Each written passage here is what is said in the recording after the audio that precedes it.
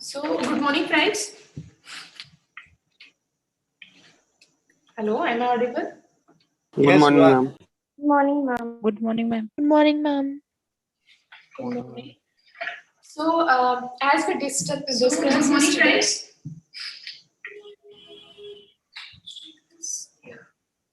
okay. So, as we discussed yesterday, we are just starting our inaugural session.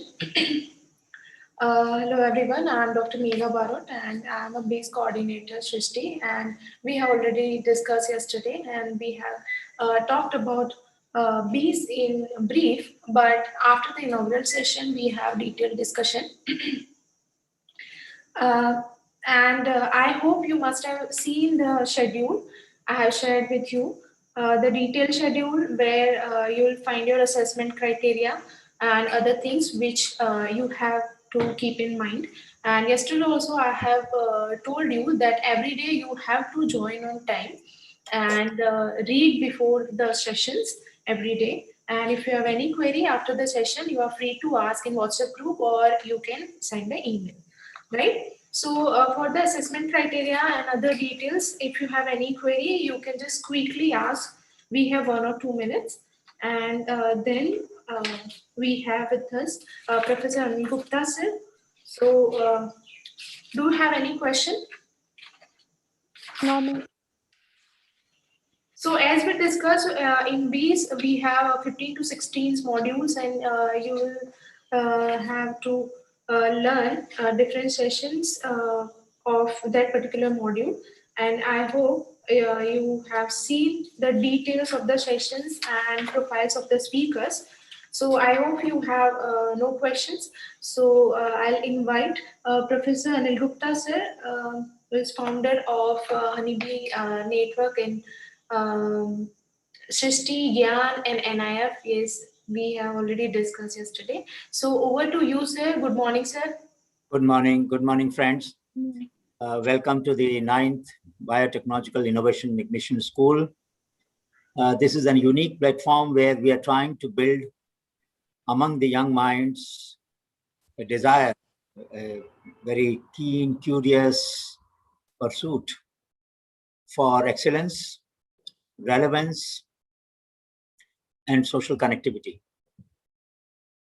Honeybee Network, about which I will tell you in a few minutes, has been trying for the last 33, 34 years to scout, spawn, and support innovations from grassroots. People, common people, farmers, artisans, mechanics, solve problems around them. In our context, these could be problems which farmers face, problem that pastoralists faced, animal keepers face, fishing communities face, horticulturists face. Anybody to deal with biological resources may have a problem around them, pest problem, disease problem, nutrition problem, water problem, weeds problem, and they will try to solve them in their own way. Not everybody, but many people. People who are different from others is what we are looking for, and we try to find them out. It's very important that when we do this, we also try to see where there is a scope for blending the formal sector knowledge system, the knowledge of labs, knowledge produced in the universities, in the research labs, in the private sector. How do we blend this knowledge with the knowledge that people produce? Sometimes, before blending, we have to validate. And then we have to valorize. So I will share some thoughts on what we do in this process. Honeybee Network recognizes, respects, and rewards the creativity at grassroots. But we also have started for the last about 10, 12 years, recognizing students who are solving problems in a very creative and innovative manner. We are quite hopeful that in this BIIS, we will discover yet again at least 10, if not more, outstanding students amongst you who will be able to solve problems that even more trained minds, more experienced minds might not have been able to solve so well. To give you an illustration, in the last BIIS, there was a student, Megha, please put that slide if you have, who found that in his community, in his village in Odisha, kevda was cultivated. You know, the essence is made out of, perfume is made out of it. And a lot of waste was produced by the distillation plants. And this waste used to lie around, stink, and, you know, produce all kinds of environmental problems. They did some experiment. Each one of you has to do some home experiment. I will talk about it in a minute. So he did some experiments and he found it was a great growth promoter. During the BIIS, he did the experiment, he showed us the results, and he showed how vegetables were so flourishing, so nice, flowering was good, fruit setting was good, fruit was long, healthy, green. And this way he solved a problem which had remained unsolved for such a long time. For such a long time, this problem had remained solved. Subhajit Singh Roy from KIT School of Biotechnology, just show the picture of kevda, and then yes, this is the plant, and this is the way the distillation was done in the conventional and the final system, and then show the way what he did with the vegetables, the bio waste that he used. This is how the waste was produced, and on the right hand side that you see. This is the flower, this is the waste. And then show the next one. This is what he showed. And we were all impressed that look, this kid has shown us a very good product utilization, bio waste utilization as a manure, as an organic fertilizer. Imagine for all these years we were throwing it away. Now we found such a good use. In his own garden, he had done this experiment which he shared with the class. So he was selected.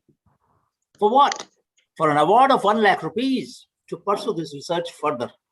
10 of you will get an award of 1 lakh rupees. Now, this is not important whether you get the award or not. What is important is your desire to connect your knowledge which you gain in this program and also in your class. You can remove it now. Which you gain in your class, in your program.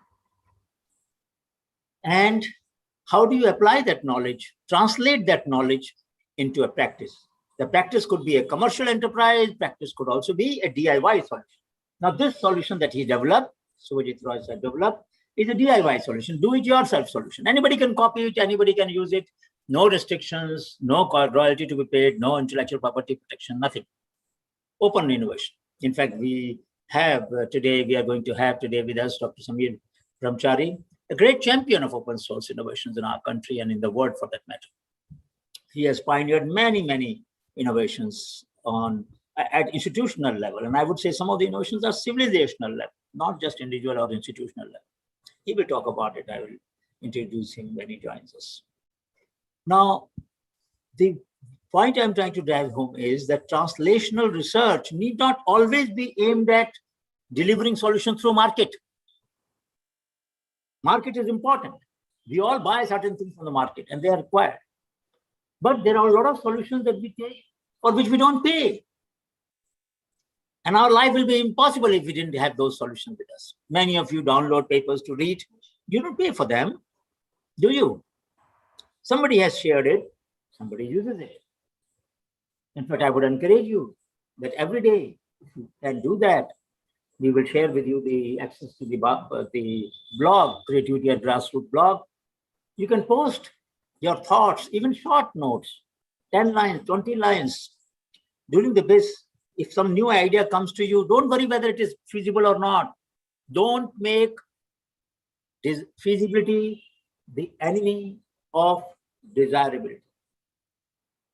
Don't make feasibility the enemy of desirability. Something is desirous. You can't make it feasible. You can't bring it out in the practice. That doesn't mean that we should not desire that. So a Honeybee network started igniting the young people, young students. And we were trying to see how we can develop their capacity, their commitment, their creativity, and their curiosity to make India a very compassionate and collaborative society. Now, in this process, we started several initiatives. Techpedia.in is one. My colleagues will show you at due course, where we have more than 200,000 titles and abstracts of engineering projects, including biotechnology, and some from agriculture also. You can all upload your projects, final year projects at techpedia.in. You can encourage all your class fellows, wherever you're coming from, even in the last 2-3 years, to upload their abstracts. What is the purpose? Purpose is this is the biggest database of student projects anywhere in the world. So people come here and see what is Indian mind thinking, what is the creativity of young students in our country. And we create in the process a market for merit. Market for merit. That means people who didn't know that you have it, there is a talented student, Mirza Vaishnavi, Shweta, Hina, Lavanya, Mukesh, all of you are talented. But how would people know that you are talented unless you share? And how would know what unique talent you have unless you share an abstract or a synopsis of what you have done or what you intend to do? So please understand that even mother who loves a child so much, there is no purer relationship. There is no more intimate relationship than mother and child in the world. And yet many times mother becomes busy in the work, forgets to feed the child, and then the child starts crying. And then she feeds her. If such an intimate relationship, crying becomes necessary to get attention, then do you think in this world, which is sometimes very stony, very indifferent, doesn't care about things, many people don't care about things unless their attention is drawn to a good idea.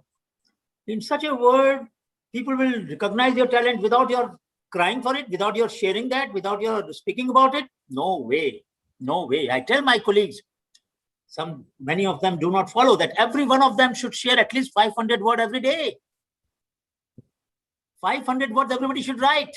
You should all write 500 words every day, based on your readings, based on your reflections, based on your interactions. Sometime, for a long time, maybe they will not get much attraction other than from your friends. But a day may come when somebody, this is a great idea, I like it. Let me write to this person. And they will say, look, Professor or Doctor so-and-so, and you will say, sir, I'm not a doctor, I'm just still a student of undergraduate. I'm happy that you like my idea. Please tell me, how can I take it forward? And there you are, you find a mentor, a stranger, came in contact with you only on account of your ideas. Do you understand what is the power of ideas? Ideas connect us to strangers, intellectuals, mentors, entrepreneurs, companies, professionals, policymakers. I have found such friends all my life, just because I was determined to share everything that I wrote. More than 500, 600 papers and blogs I have shared on my blog, anilji.sristi.org. So coming back to Honeybee Network. So we created this techpedia.in, and we created techpedia.in, Gyati.techpedia.in, GYTI, Gandhian Young Technological Innovation Award. My colleagues must have told you about that.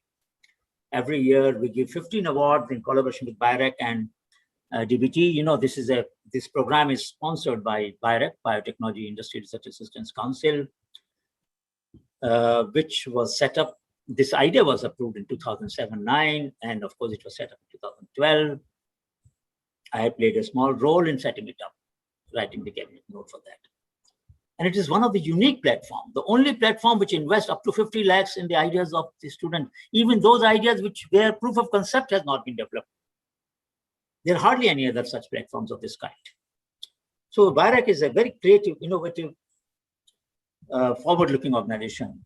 And that is why it decided that shouldn't we try to create a pipeline for future by picking up talent, and in future, in due course, we are also going to pick up children who have ideas, undergraduate students who have ideas, postgraduate students who get Gyati Award. 15 students get 15 lakh rupees each. 15 students can get 15 lakh rupees each for taking their ideas forward, for translational research that leads to practice. As I said, practice which is possible to reach the potential users through markets, that means commercial application, or DIY solution, do-it-yourself solution, open source solution. So Honeybee Network therefore decided to set up 3 institutions. Srishti was set up in 93. GYAN, Grassroots Innovation Augmentation Network, Gujarat Grassroots Innovation Augmentation Network was set up in 97. And NIF, National Innovation Foundation, was set up in 2000. NIF has become part of central government now, part of science and technology. It's a government institution. It has been institutionalized now. So learning, that is what Honeybee Network promotes. Leveraging, that's what Srishti was trying to do. Linking, connecting innovation, investment, enterprise. I will show you that triangle in a minute. That was the purpose of GYAN. That was the world's first grassroots innovation incubator. Never before the incubation of grassroots innovation was conceived by anybody. And then, of course, we scaled up the idea of GYAN into NIF, National Innovation Foundation. So please, you can switch on your visual video. I don't mind, but it will affect the bandwidth for other students who have weak connections. So maybe we can continue like this. But you can stop me at any stage you want. That's not a problem. So let's see some of the, just 2 or 3 slides I will show you so that you get a visible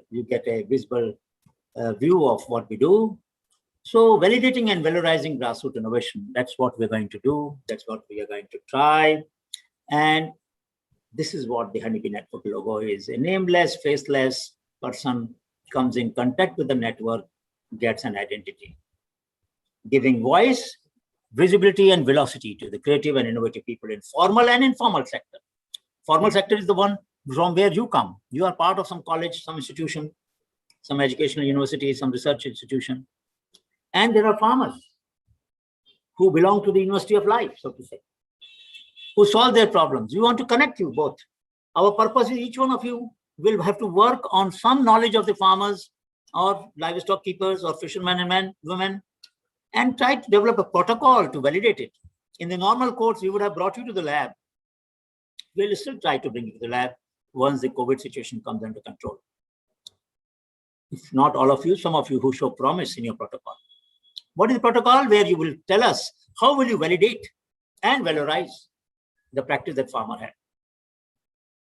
To give you an illustration, we have been having Shodhyatras, so my colleagues will explain to you, or I will explain to you later. Shodhyatra is the learning walk. We walk in summer in hot places, winter in cold places. And in autumn, we go to Himalaya with my students from Ireland. So during these Shodhyatras, one of these Shodhyatras was in Kutch. So I was telling why we should not use chemical pesticide. They have so much environmental effect. So one farmer said, Professor, we understood what you're saying. I said, what am I saying? Now I took half an hour to explain what I was trying to say. And look at the wisdom. I had the knowledge, he had the wisdom. Sir, you are saying that all the plants which animals don't eat are potential source of pesticide. That was interesting. Why animals don't eat? Because they're bitter. What do we need for controlling pests? Bitterness. Why do I buy bitterness? Why can't I have it in my backyard? So whether it is neem, whether it is calotropis, there are so many plants. Opuntia, there are many cactus. Latex of them is bitter. So here it is, a philosophy, a way of solving problem frugally, at low cost, without causing any harm to the environment, to the worker who sprays the pesticide, to the earthworms, and it's sustainable. So Honeybee Network does 4 things. It cross-pollinates. So I would very much wish that whatever you learn in this BIIS, share with your other friends. Share with the, is there somebody comment?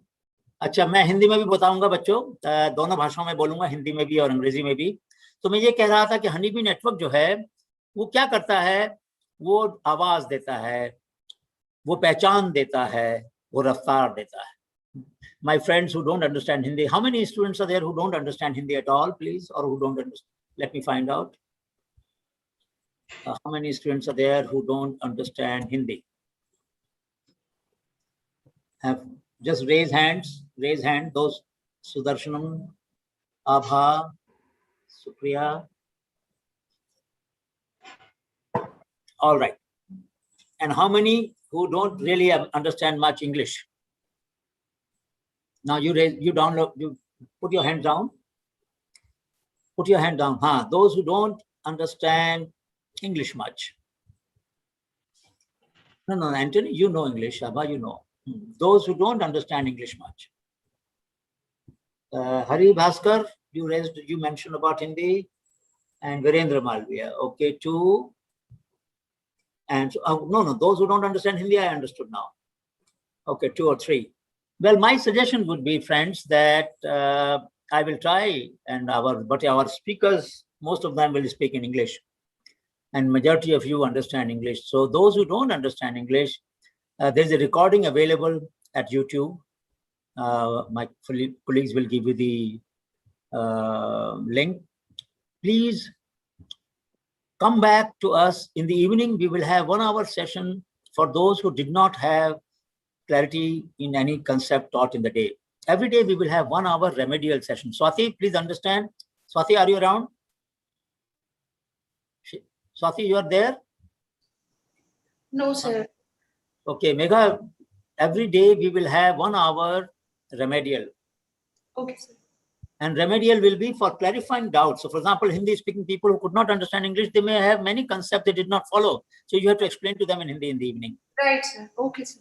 All right. So friends, I would suggest that please make notes of whatever you don't understand. But within the day, same day in the evening, we will have 1 hour clarificatory session, remedial session. Even the English speaking students can come, but we will speak only in Hindi in that session. But those who want to clarify in English also can come. But first, we will clarify the doubts of Hindi-speaking people in the evening session, maybe 15 minutes, 20 minutes. And then we'll clarify this doubt of anybody else who has doubt, who could not follow because somebody was speaking too fast, you couldn't make your notes. But please keep a paper and pen in your hand. Many times, students just listen and don't make notes. I'm an incorrigible note taker. I always write notes. My diaries, my colleagues can find even now my handwritten notes. Because when I write, I read, I speak, I listen. When your 4 organs of sensory perceptions are concentrated, your memory is sharper. You can record, you can remember those things. So whenever you listen to some scholarly session or something which is interesting to you, make notes of that. That's a habit you should develop. You will never forget that. Because when you listen, you think, although you are understanding everything, you will remember. After 1 hour, 2 hours, try to recollect how many points you remember. You will realize that most of it you may have forgotten. So please keep paper and pen. How many of you have paper and pen in your hand? Show me. Hina, Mano, Pavitra, do you have your notebook? Yes, sir, I have notebook. Show me. I have my notebook, sir. Lisa, Saswa doesn't have, Leah doesn't have, Pavitra doesn't have, Hina doesn't have. So my request is, my dear friends, please pick up a notebook and a pen. I will wait for 2 minutes. Please pick up a notebook and a pen. Please pick up. Just pick up. Only 4 have notes. This is not fair. This is not fair. You will not remember that. Thank you, Bishan. My suggestion is, take this advice from me today. This is about how to learn in life. If you really want to learn and grow in your life, follow this advice.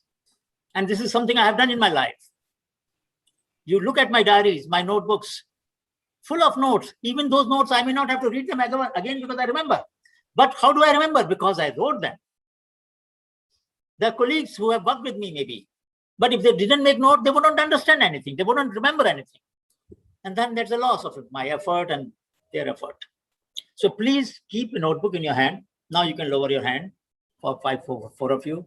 But Aditya, Gayatri, please keep a note because you're going to hear people who are going to share their life experiences with you. And if you don't write them down, yes, Alfred. Alfred, you have a question? All right. If not, please lower your hand. My only point is that if you have a notebook and a pen, I'm happy that many of you have now collected your pen and notebook. You will remember. So let me go back to the Honeybee. मैं फिर से हिंदी में थोड़ा सा बताऊंगा, सारा कुछ हिंदी में नहीं बोल पाऊंगा क्योंकि बहुत से विद्यार्थी हमारे हिंदी नहीं समझते हैं. They don't understand Hindi. So I will go in English, but in between 1 or 2 sentences I'll speak, but my colleague in the evening will explain the point. So there were 4 principles I was talking about Honeybee. Network, giving voice, visibility and velocity. हम आवाज देते हैं, गुमनाम आवाज, गुमनाम creative लोगों को, innovators को, उनको पहचान देते हैं, उनका नाम सब जगह शेयर करते हैं, उनको उनके बारे में हम लिखते हैं, उनके बारे में अखबार में भी खबर आती है, उनके बारे में सोशल मीडिया पे शेयर करते हैं और उनको रफ्तार देते हैं. अगर वो अपने आप रहे होते उस विचार को तो शायद बहुत साल लगते उस विचार को आगे बढ़ाने में. अब हम आपको बताएंगे वो विचार, आप लोग उस पर थोड़ा रिसर्च करेंगे तो स्वाभाविक सी बात है कि वो विचार थोड़ा तेज हो जाएगा. तो रफ्तार देते हैं, आवाज देते हैं, पहचान देते हैं, रफ्तार देते हैं और इससे थोड़ा सा गति मिलती है, दिशा भी मिलती है, गति भी मिलती है. चलो, now when we do this, what is our focus? Our focus is to create a network. You have seen the cow web of spider's web.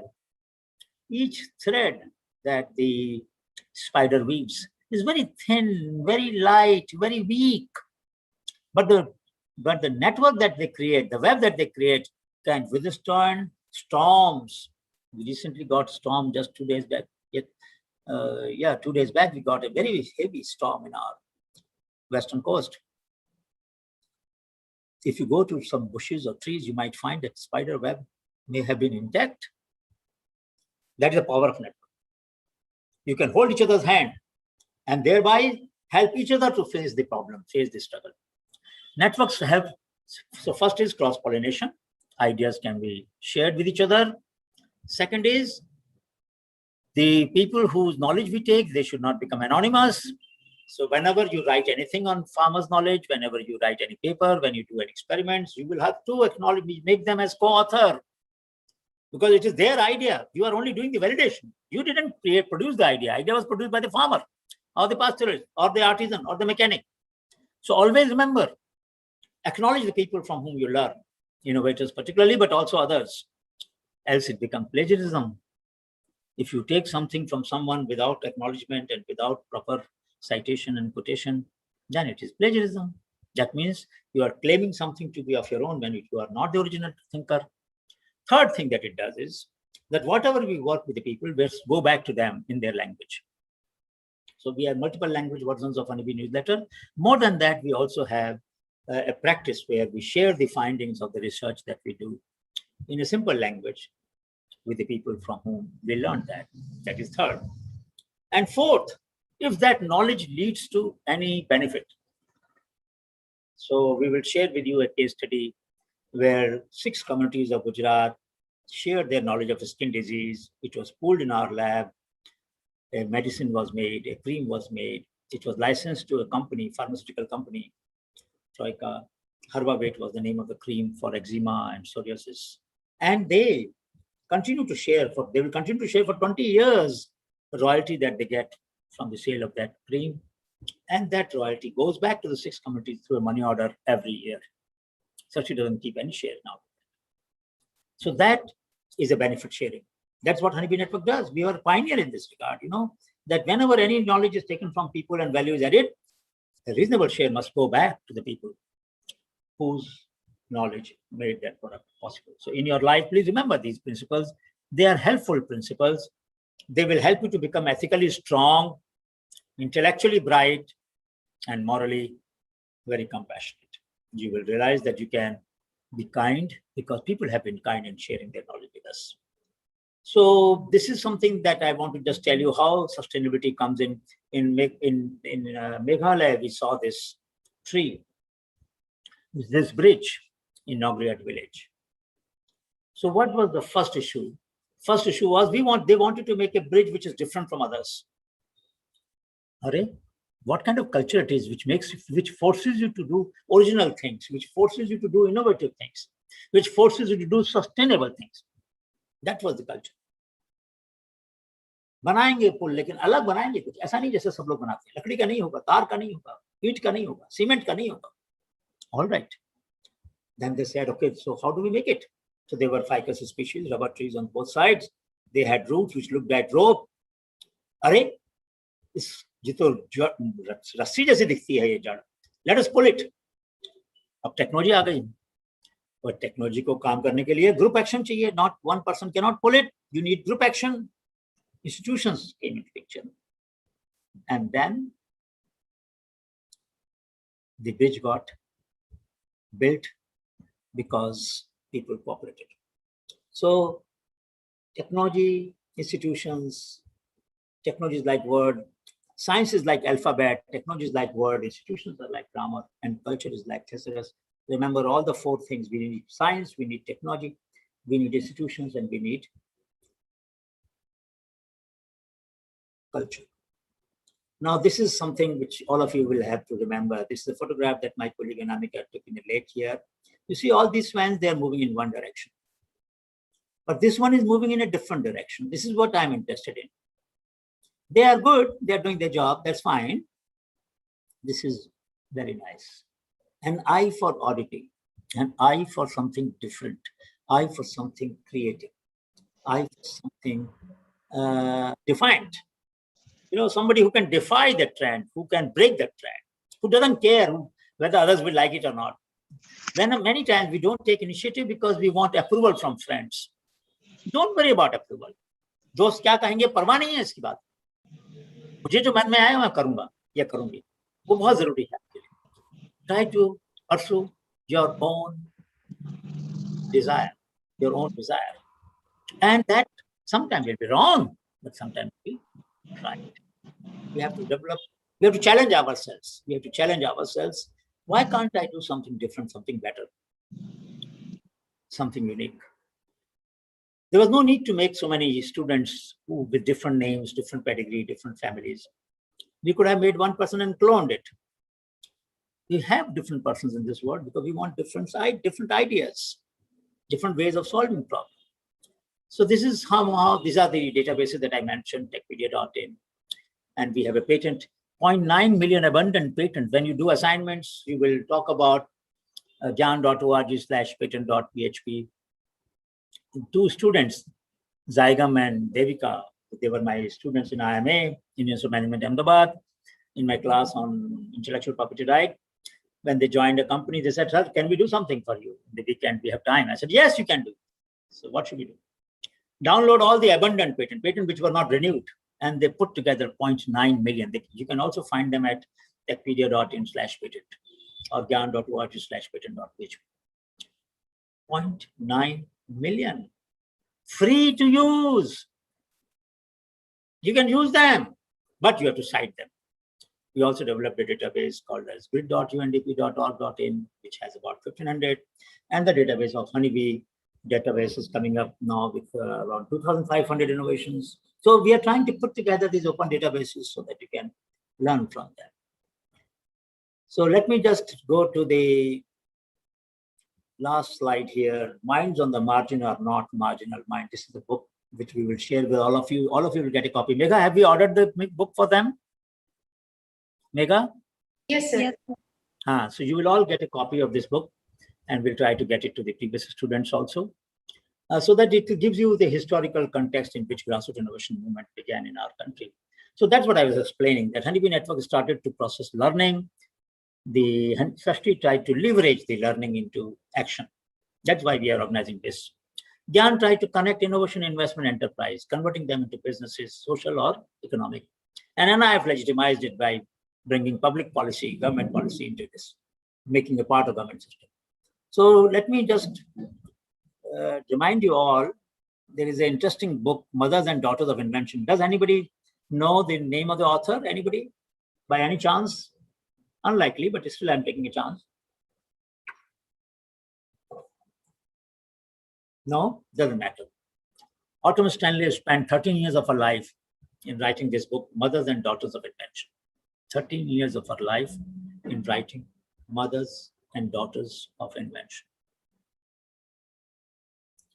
What did she do? She looked at the data of 200 years of US patents and found the share of women only 1% during 1809 to 1985, 1985. And later it became about 4 to 8%.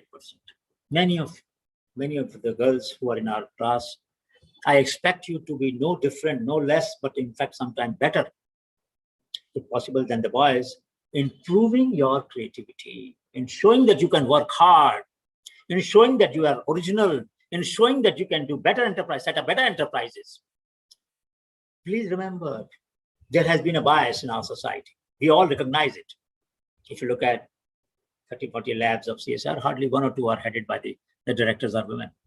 So this has been a bias. Universities, how many vice chancellors are women?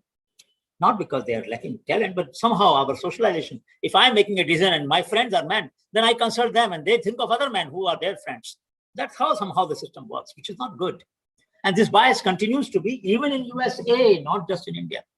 So we have to break this bias. We don't want this bias to continue.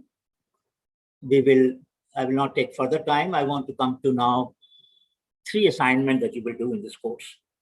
One assignment you have done, and I was going through that last night, where many of you very painstakingly wrote what you learned from your grandparents. One of you mentioned your grandmother's name, your mother's name, and then even your mate's name, from whom you learned certain ways of solving problems, or certain ways of healing themselves, how they remain healthy without having to go to hospitals and doctors every now and then, when we have such fragile health status many times. Many of you have done a great job of this. Some of you have not done it. My request to all of you is, those who could not fill that assignment, please fill it up. Megha, how many had filled up? I think 30, 40, around roughly? Yes, sir. Because I remember that they were around 35, 40. Now, remaining, how many we have today? 59. So remaining 19, please fill up. Some of you mentioned that you will add later the details after talking to the servant or service provider. Please fill that up. Wherever you have not provided information which you have promised to provide, please fill that up. We will share that sheet with all of you. Megha, please share that sheet with all the participants today. Yes, sir. So now I want one more thing to be done. You will make comments on each other. So if you find that some interesting thing, your mother also knows it, or your family member also told you, or in your family also you do that, just say, we also do this. We have also practiced this. So you will begin to see how this country thinks, how people in different parts of the country sometimes use the same way to solve the problem. Has somebody gone out? There was no internet here 100 years ago, 1,000 years ago. There was no internet, but there was a social network. That social network produced knowledge and disseminated it. Simultaneously, many times people develop same solution. So don't think that one person developed it in, let's say, Aligarh or in Madurai, and then it was circulated to all over the country. Some solutions may have gone like that, but large number of solutions were independently discovered. If you are using turmeric in your kitchen, then if there's a cut, you got a feeling that maybe this is healthy, let me try it. And like that, many people tried around the country, and they independently discovered it is very good. Bactericide, it can help in healing the wounds on cuts very fast, or the boils very fast. So therefore, it became a widely practiced solution. So I would like you to personally understand how knowledge evolves in different parts of the country, in different homes, different families, and your respect for those who have provided you unique knowledge, be it their servant, be it your grandmother. जो भी ज्ञान देते हैं वो उनको हमें इज्जत देनी चाहिए भाई, ठीक है ना? जिनसे हमने सीखा है वो एक तरीके के अध्यापक हैं. हमारी माँ भी हमारी अध्यापक हो सकती है, हमारे पिताजी भी हो सकते हैं, हमारे दादा भी हो सकते हैं, दादी भी हो सकती है, और जो घर में हमारे सेविका हैं, जो काम करती हैं, जो हमारे गार्डनर हैं, माली हैं, जो ड्राइवर हैं गाड़ी के आपके, वो सभी तो काम करते हैं, वो भी तो सेवक सिखा सकते हैं ना. From whomsoever we learn, we should pay respect for that. Be humble, acknowledge, and more you acknowledge, more knowledge will flow in your direction. कितने सारे लोग हमसे शेयर करते हैं अपने आइडियाज. सर आपको इंटरेस्ट आएगा, मैंने ये चीज अभी सुनी है, देखिए चलिए आपको बताता हूँ. चेतन के पास कितने सारे ऐसे संदेश आते हैं. क्यों आते हैं? क्योंकि शेयर कर रहे हैं ना हम लोग। लोग सोचते हैं इनको बताएंगे तो ये बार और को बताएंगे। That's how knowledge is spread. That's how society grows. So please remember, first assignment which already has been given, you will annotate it, add comments. You can even add criticism, or you can add an illustrative example. Well, you do this for this problem, but we do something else. That you can add with your name in that column. If possible, in a different color, but doesn't matter. Even if you do in the same color, maybe make it italic or something, so that we can distinguish your comment from the original post that a student has made. So this is one. Second assignment, that you will get some practices of the farmers, and you will have to develop protocol based on that. So first you have to do prior art search. Prior art search means you will find out literature, you will find out English, you will find out the patents on that. So जो भी आपको हम जानकारी देंगे उसके बारे में आप पेटेंट्स का भी मूल्यांकन करेंगे, उसके बारे में आप जो साहित्य है उसका भी अध्ययन करेंगे, जो पब्लिश पेपर हैं, जो ब्लॉग्स हैं, जो न्यूज़ है, जो इंडिया मार्ट या अलीबाबा पे कुछ सामान बिक रहा है उसी तरीके का जिसके आप काम करना चाहते हैं, वो सब प्रायर आर्ट हो गई ना। क्यों करेंगे हम प्रायर आर्ट? देखते हैं क्योंकि हमें जो करना है वो मौलिक होना चाहिए, ओरिजिनल होना चाहिए, अलग होना चाहिए, सुंदर होना चाहिए, बेहतर होना चाहिए। अगर वही किया जो पहले हो चुका है तो फिर हमने क्या नया किया, फिर तो कोई फायदा नहीं हुआ ना हमारा इतनी मेहनत करने का। So that is another thing that you will do. Megha, how much time do I have? Sir, till 10:30, 10:35. Okay. No, Prof. Samir Brahmachari जब ज्वाइन कर लें मुझे बता दें। Sure, sir. So दूसरी असाइनमेंट होगी कि जो हम आपको प्रैक्टिसेस देंगे फार्मर्स की, मैं आज 1-2 दिन में हम लोग तय कर लेंगे, वो उस पर आप रिव्यू करेंगे literature, and then you will develop a protocol.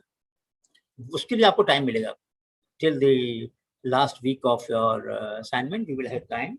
आप पढ़ते भी रहिएगा, साथ साथ अगर थोड़ा सा काम करते जाइएगा उस पर, और अगर आपको टाइम नहीं खत्म हो पाया एंड ऑफ दिस तक तो आपको 1 वीक और भी दे देंगे हम उसके लिए, जिसमें आप उसका प्रॉपर प्रोटोकॉल बना सकते हैं। फिर 1 वीक आप खाली प्रोटोकॉल पर काम करें।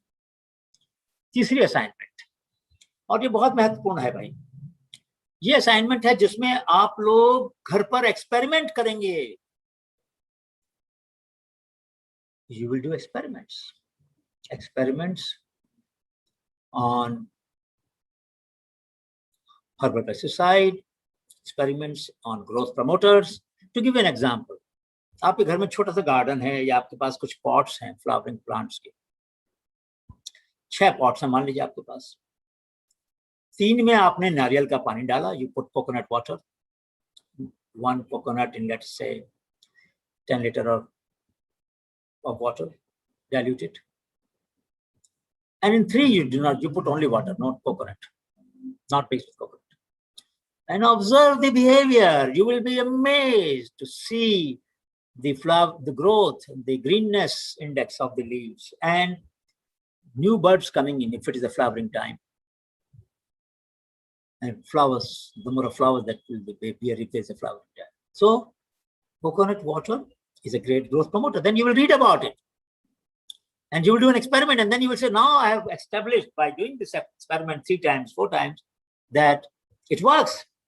So I'll tell my neighbor, my community members, my farmers, my friends who do gardening in their terrace or gardening in their veranda or in their home, यार ये बड़ा अच्छा तरीका है नारियल के पानी से पौधों की वृद्धि करने का, इसके लिए केमिकल खरीदने की जरूरत नहीं है, दुनिया का सर्वोत्तम, one of the best growth promoter है।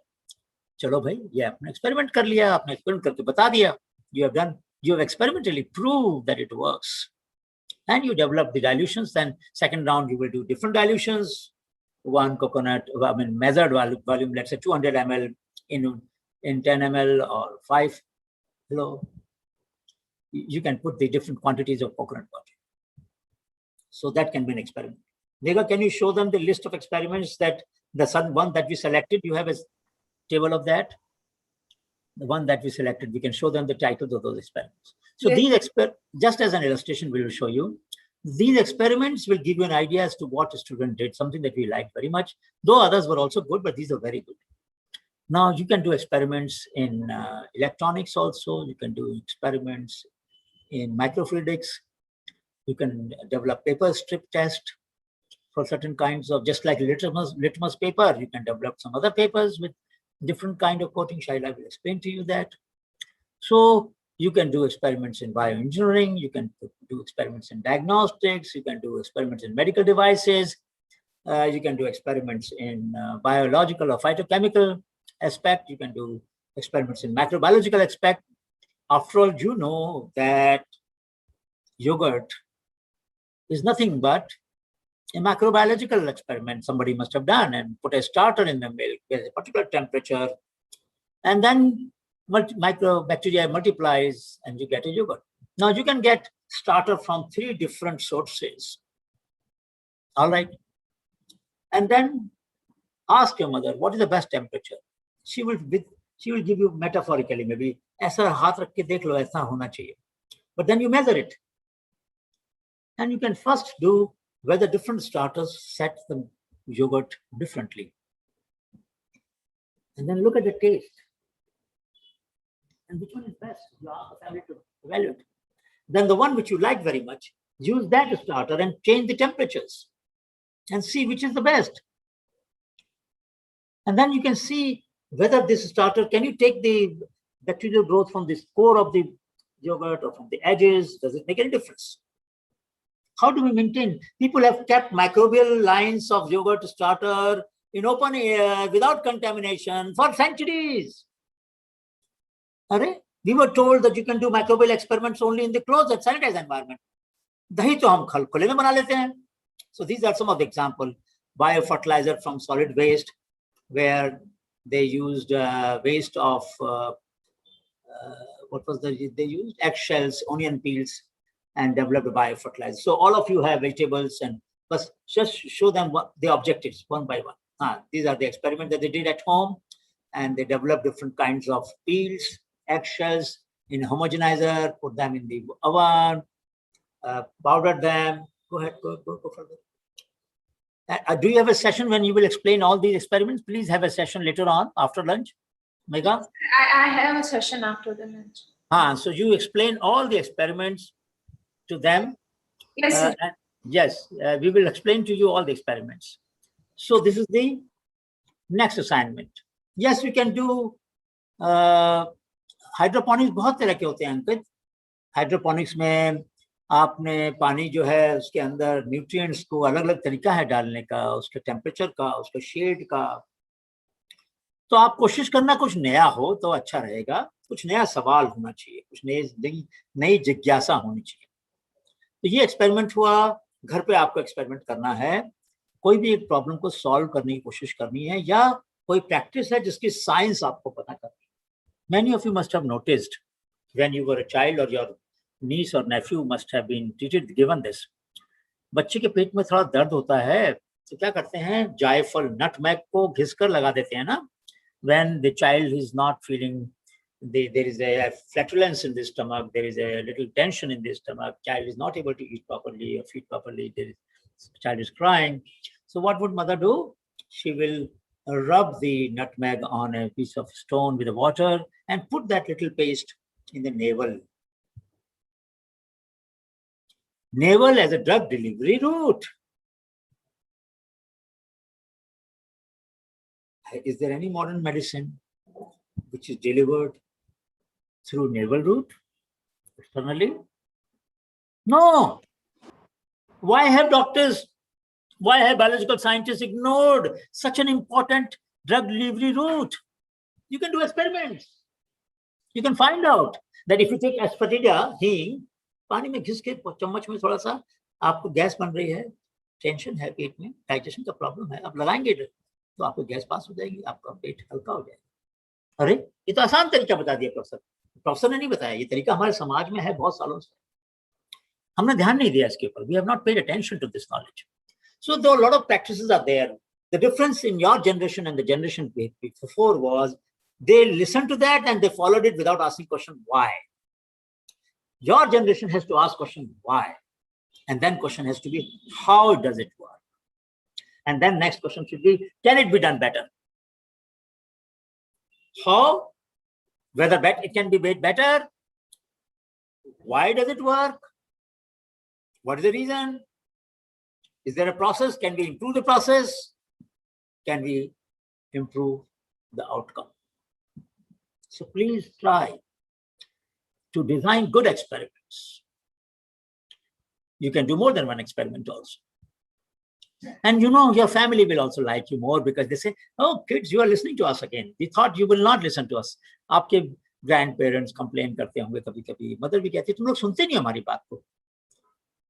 तो now you will say, mother, हमारे को assignment मिली है. प्रोफेसर ने बोला है वो evaluate करेंगे हमारी assignment को. Grade मिलेगा हमको उसके ऊपर. तो हमें बता दो जो भी बताना है.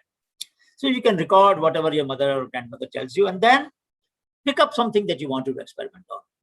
You can do experiments on farmers' practices also that we will share. Depends. You can select. But home experiment is must. Protocol development is must. Comments on each other's practices is must. Last point I want to add this time, which we did not have previously. You know, we all want to develop scientific temper. We all want to set up enterprises. We all want to learn from those who convert ideas into practice. Maybe write 1 page or 2 pages on a startup which is close to your imagination. Take an entrepreneur who is doing something that you would have liked to do if you had a choice. Maybe you have developed a diagnostic. Today, there's a news in the paper. A home-based test of COVID has been approved yesterday. So you don't have to go to the COVID test center. This antibody antigen test you can do at home. Isn't it good? Buy from the chemist. Bring it just like you do sugar test, diabetes test. It has been approved yesterday. Developed by an Indian entrepreneur, Indian scientist, Indian startup. You don't have such test around maybe. India ने कर दिया भाई. अब उसके बारे में पता करो. Find out about that art and write about that person. Right? If you have some questions, write a mail to that person. Maybe that person will not have time because so many people will be writing to him. Doesn't matter, but at least read about it. Read about the paper, the science which led to that enterprise. Read that original paper which will convert it into translated technology. Don't focus only on the technology. Don't focus only on the startup. Also focus on the science. So this is the 4th assignment I'm adding. बहुत सारा काम दे रहे हैं बच्चों आपको because we want you to work hard and learn, and everything you will learn only by writing. Please understand this. I'm insisting. बच्चों अगर एक बात मेरी माननी है तो आज मान लीजिए. जब भी कुछ सुनना है, जब भी कुछ पढ़ना है, पढ़ते वक्त नोट बनाओ साथ के साथ. खाली पढ़ने से नहीं सीख पाओगे. पढ़ते हैं तो हमको लगता है we understood everything. When you read a paper, you read a book, you feel as if you have read everything, but you don't remember that. And that bothers me. I don't want to talk to such people who don't make notes. Please understand. You will not be able to get my attention. Whatever else you may do in your life doesn't matter to me. I pay attention to only those students who make notes of what they read, what they hear, what they think, what they want to do. हम लोग श्रुति culture में रहे. Oral, we were in oral tradition for a long time, thousands of years. We must now come back to written culture. This word is so beautiful because people have written and shared their ideas. All of you have downloaded from the net many ideas, haven't you? Develop this culture of sharing. Develop this culture of openness.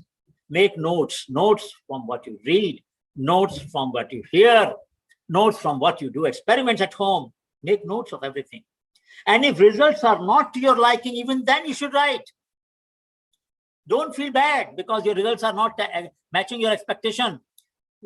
For all that you know, there may be some specification error in the model. Maybe some parameters are not properly followed. Maybe our assumptions were wrong. Maybe our treatment was not right. We began with too high a concentration or too low a concentration. How will we learn if you don't fail? Learn to fail, and you fail to learn. Failure is not bad. Don't hide those results which are contrary to your expectations. Share them. Because not only you will learn, others will also learn from them.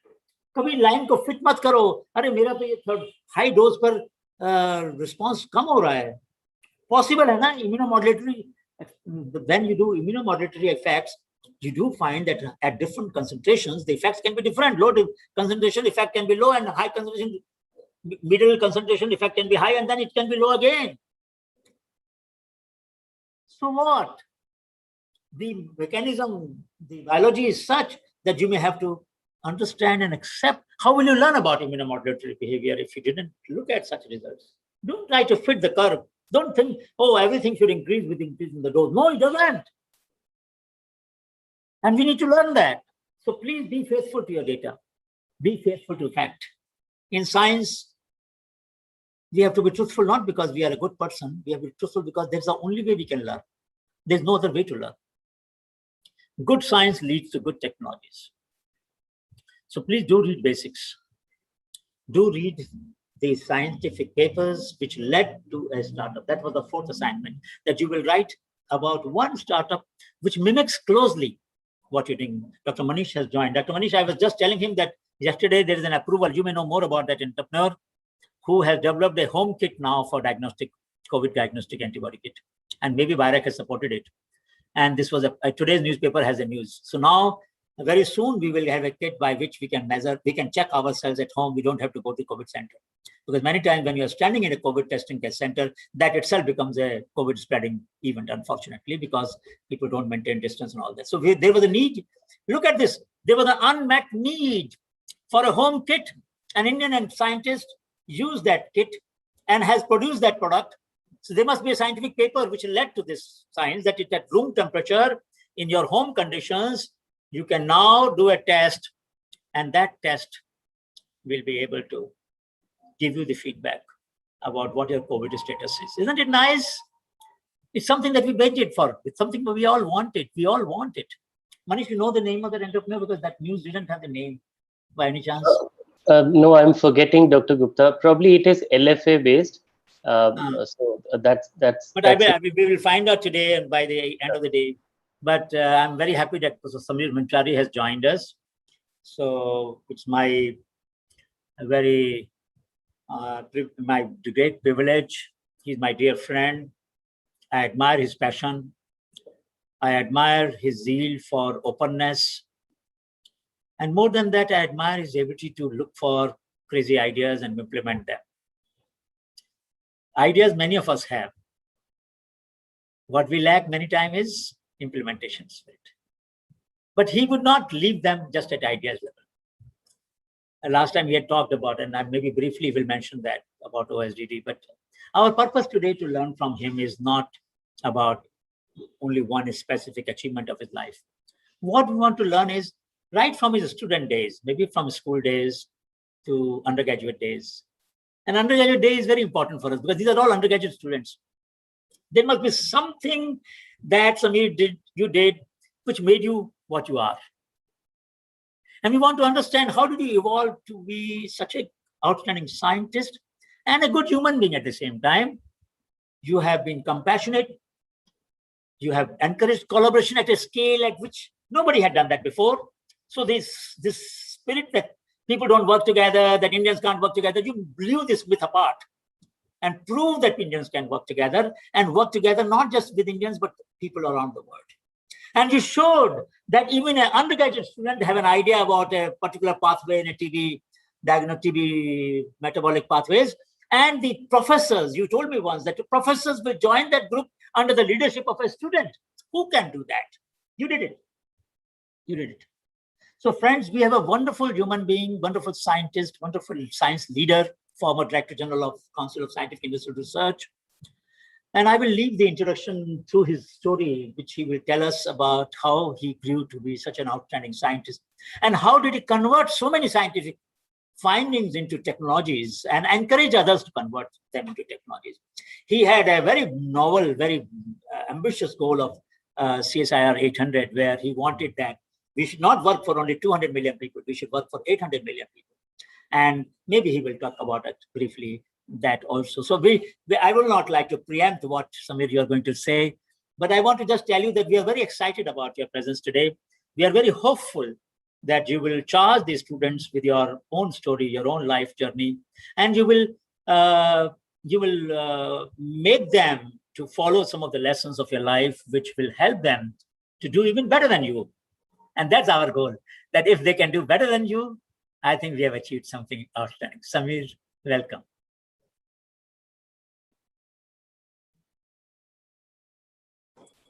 Thank you. Thank you, Dr. Anil Gupta, the BIRAC team, to create this program. You know, that it says igniting innovation, right?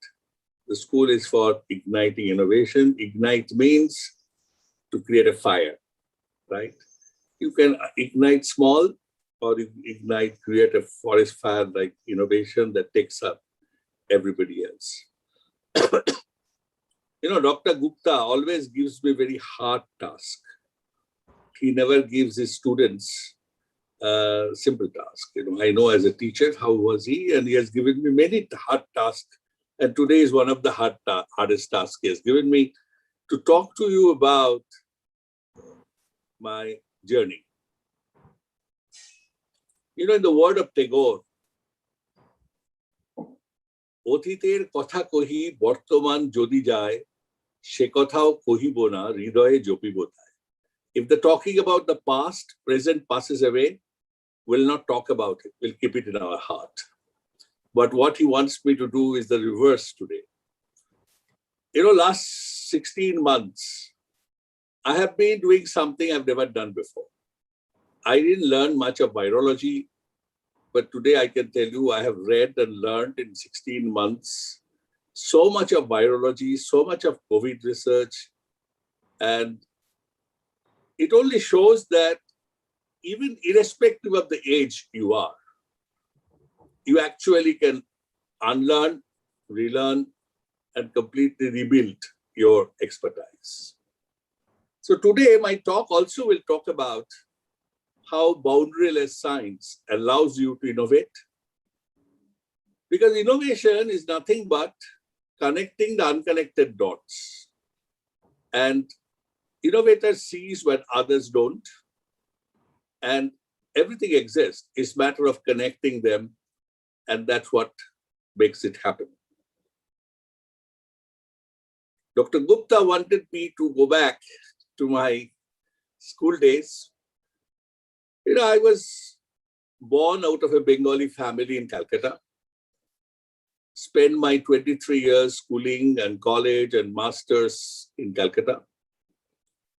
I did chemistry honors and then physical chemistry, MSc, then till I came to Indian Institute of Science to do my PhD in molecular biophysics with the illustrious scientist G.N. Ramachandran, was the head of that time. In his laboratory, first CSIR funded extramural research to G.N. Ramachandran. I was a project fellow, research fellow, JRF. So you see, from there, I spent 23 years at Indian Institute of Science.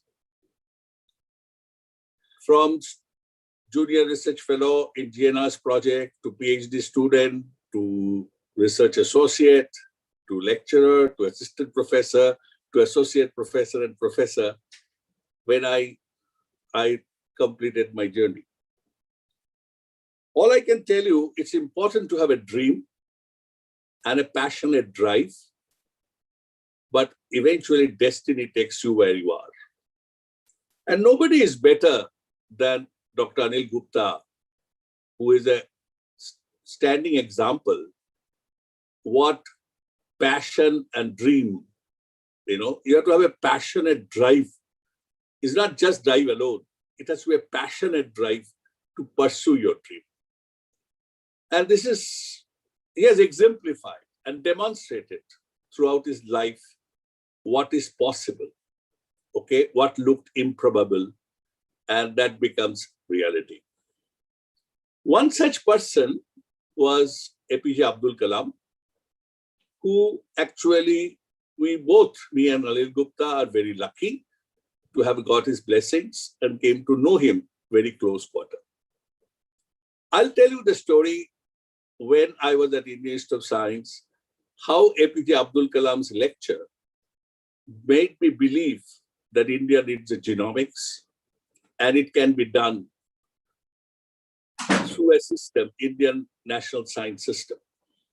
And that brought me to Delhi to lead and create the institute, the famous Institute of Genomics and Integrative Biology today, which is demonstrated is extraordinary capability of a young set of young people to work together and fight the COVID system, whether it is a new diagnostic development to genome sequencing survey.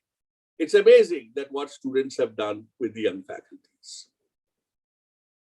So this establishment of this institute from 97 to 2007, it was a transformation of a small laboratory to a big institution.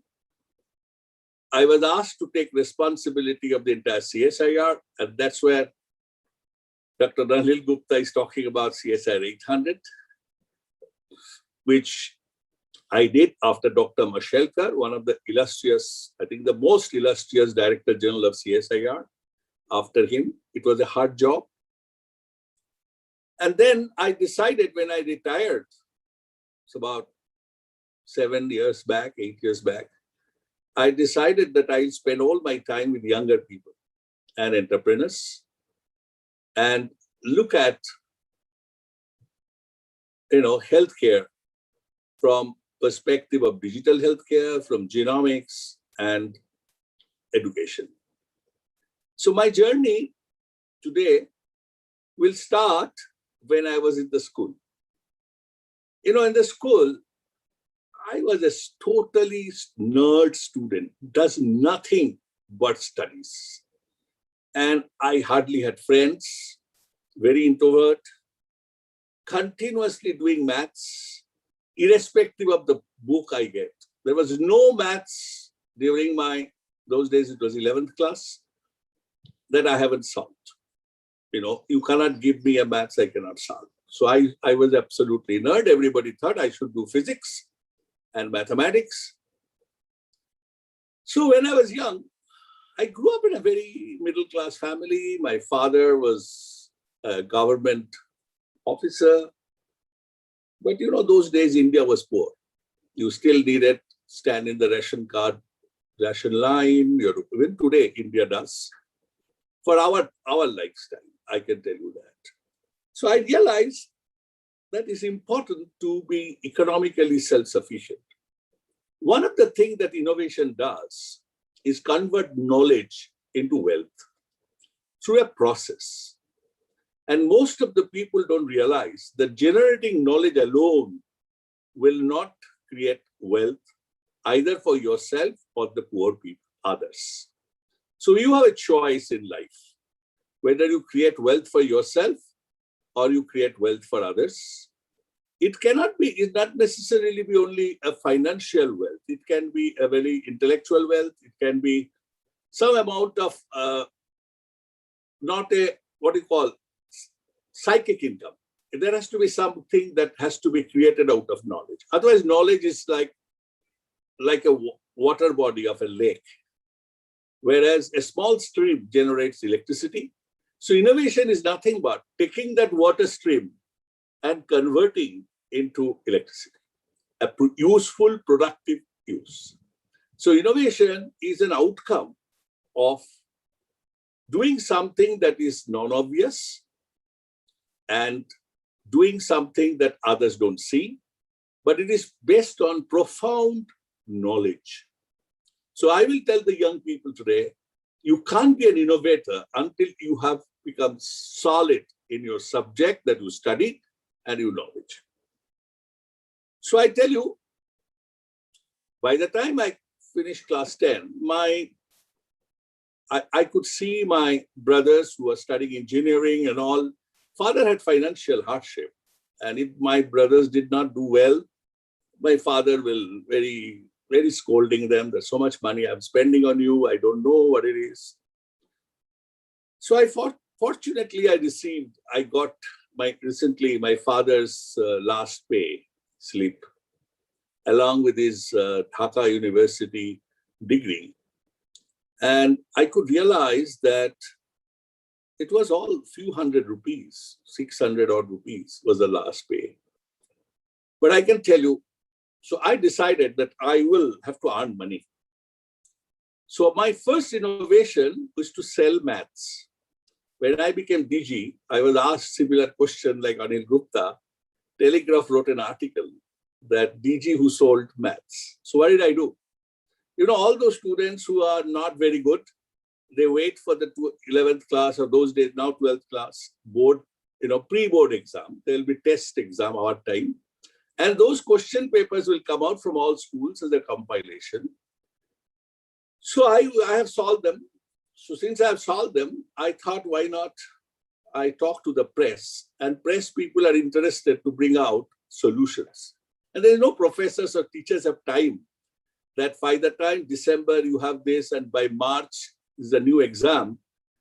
So I actually solved all those questions and gave it to the press.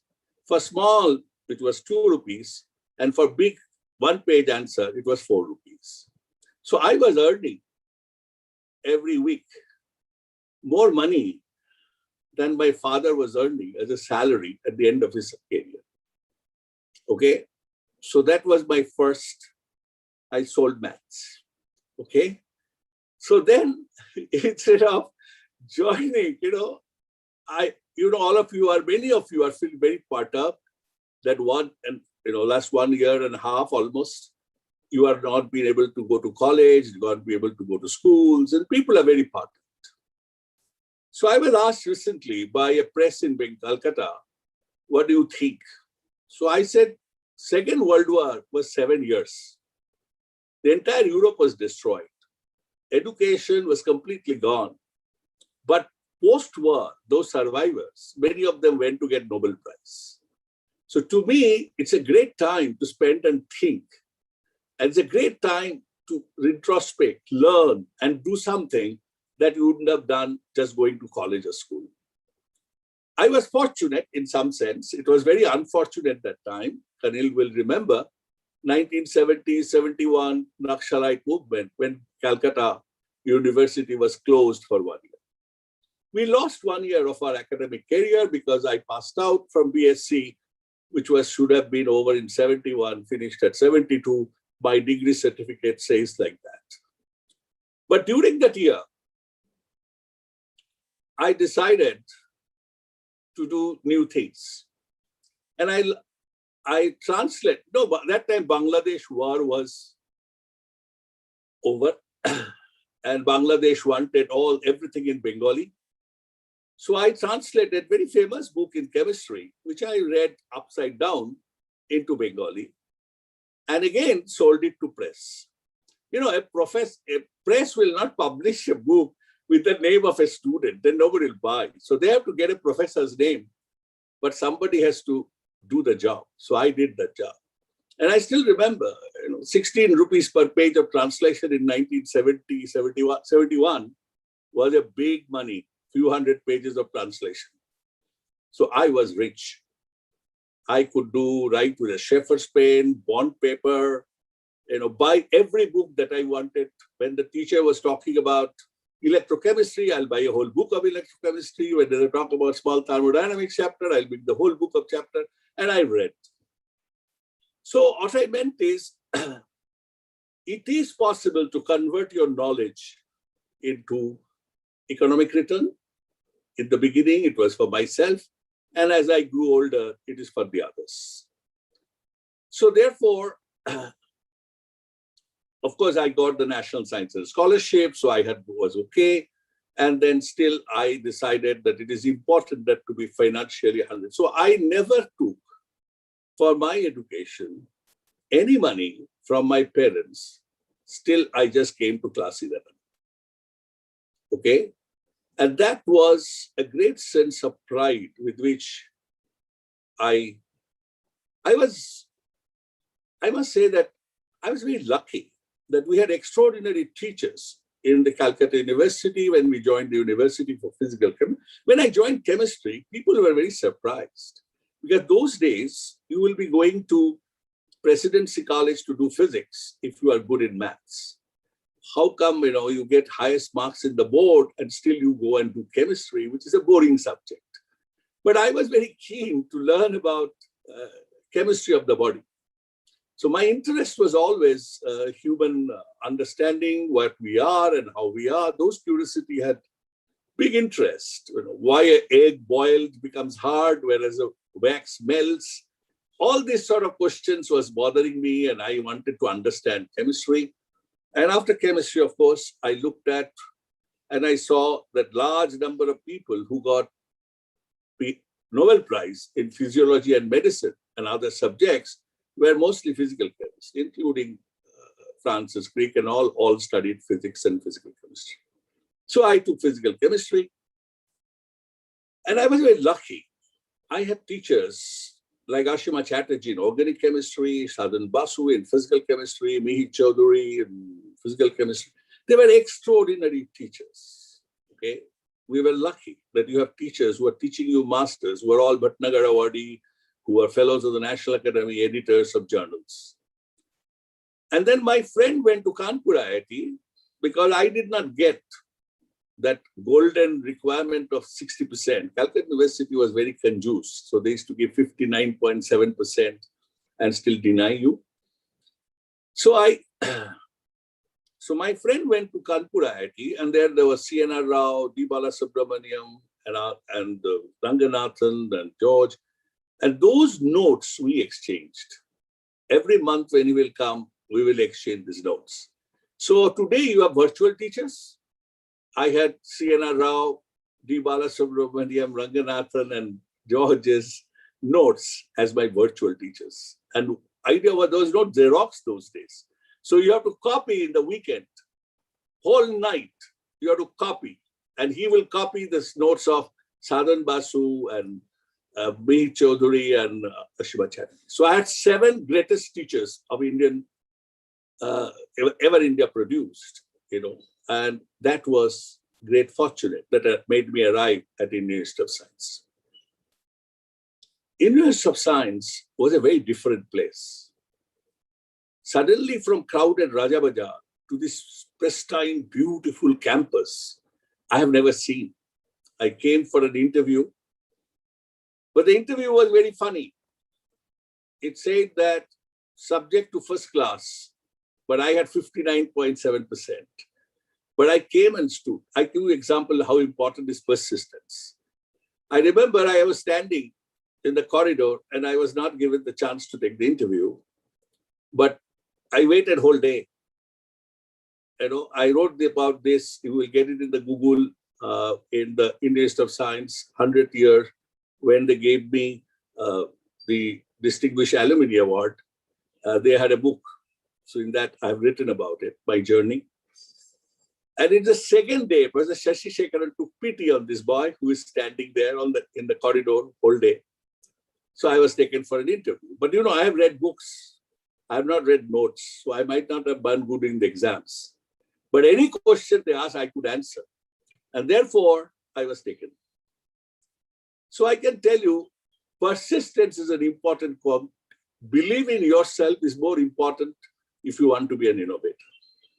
So Indian Institute of Science, I joined and we started working. And my first innovation in Indian Institute of Science was, I was very lucky because questions were very well formed by G.N. Ramachandran. The project is well written. And that time we had a collaborator from San Francisco who provided some peptides. And I was asked a very simple question. What does the hydroxylation of collagen proline does and how it helps in stability of the collagen? Now you see, you can take a very structured approach, do what others have done, and you can take a different approach. And I've always believed in integrating different across the knowledge.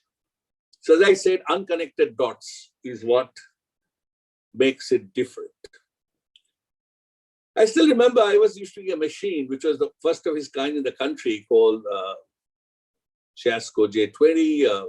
It's a circular dichroism and machine, spectropolarimeter.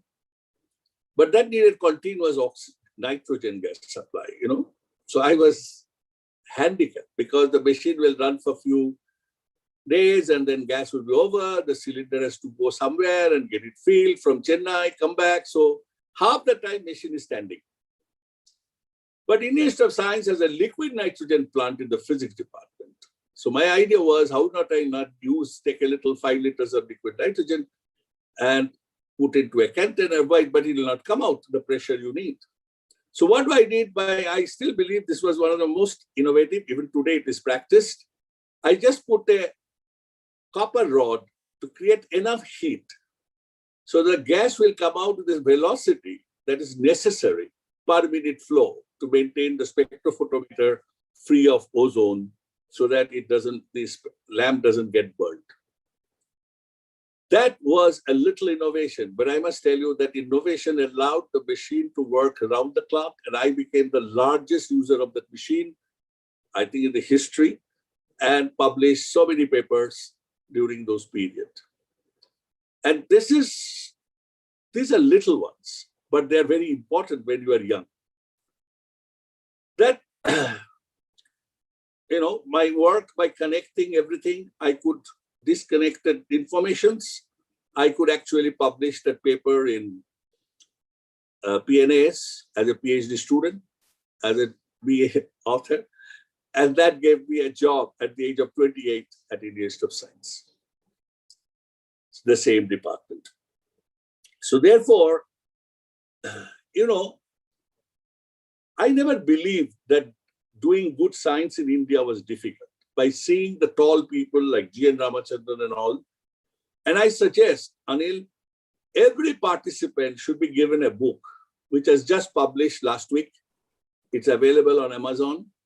The book is called Space, Life, Matter, Emergence of Indian Science, First 50 Years.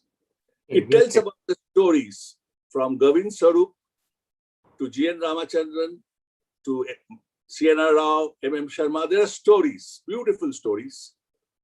And I have sense of great pride to say that the book ends with IGIB as an epilogue, with Feluda as a technology.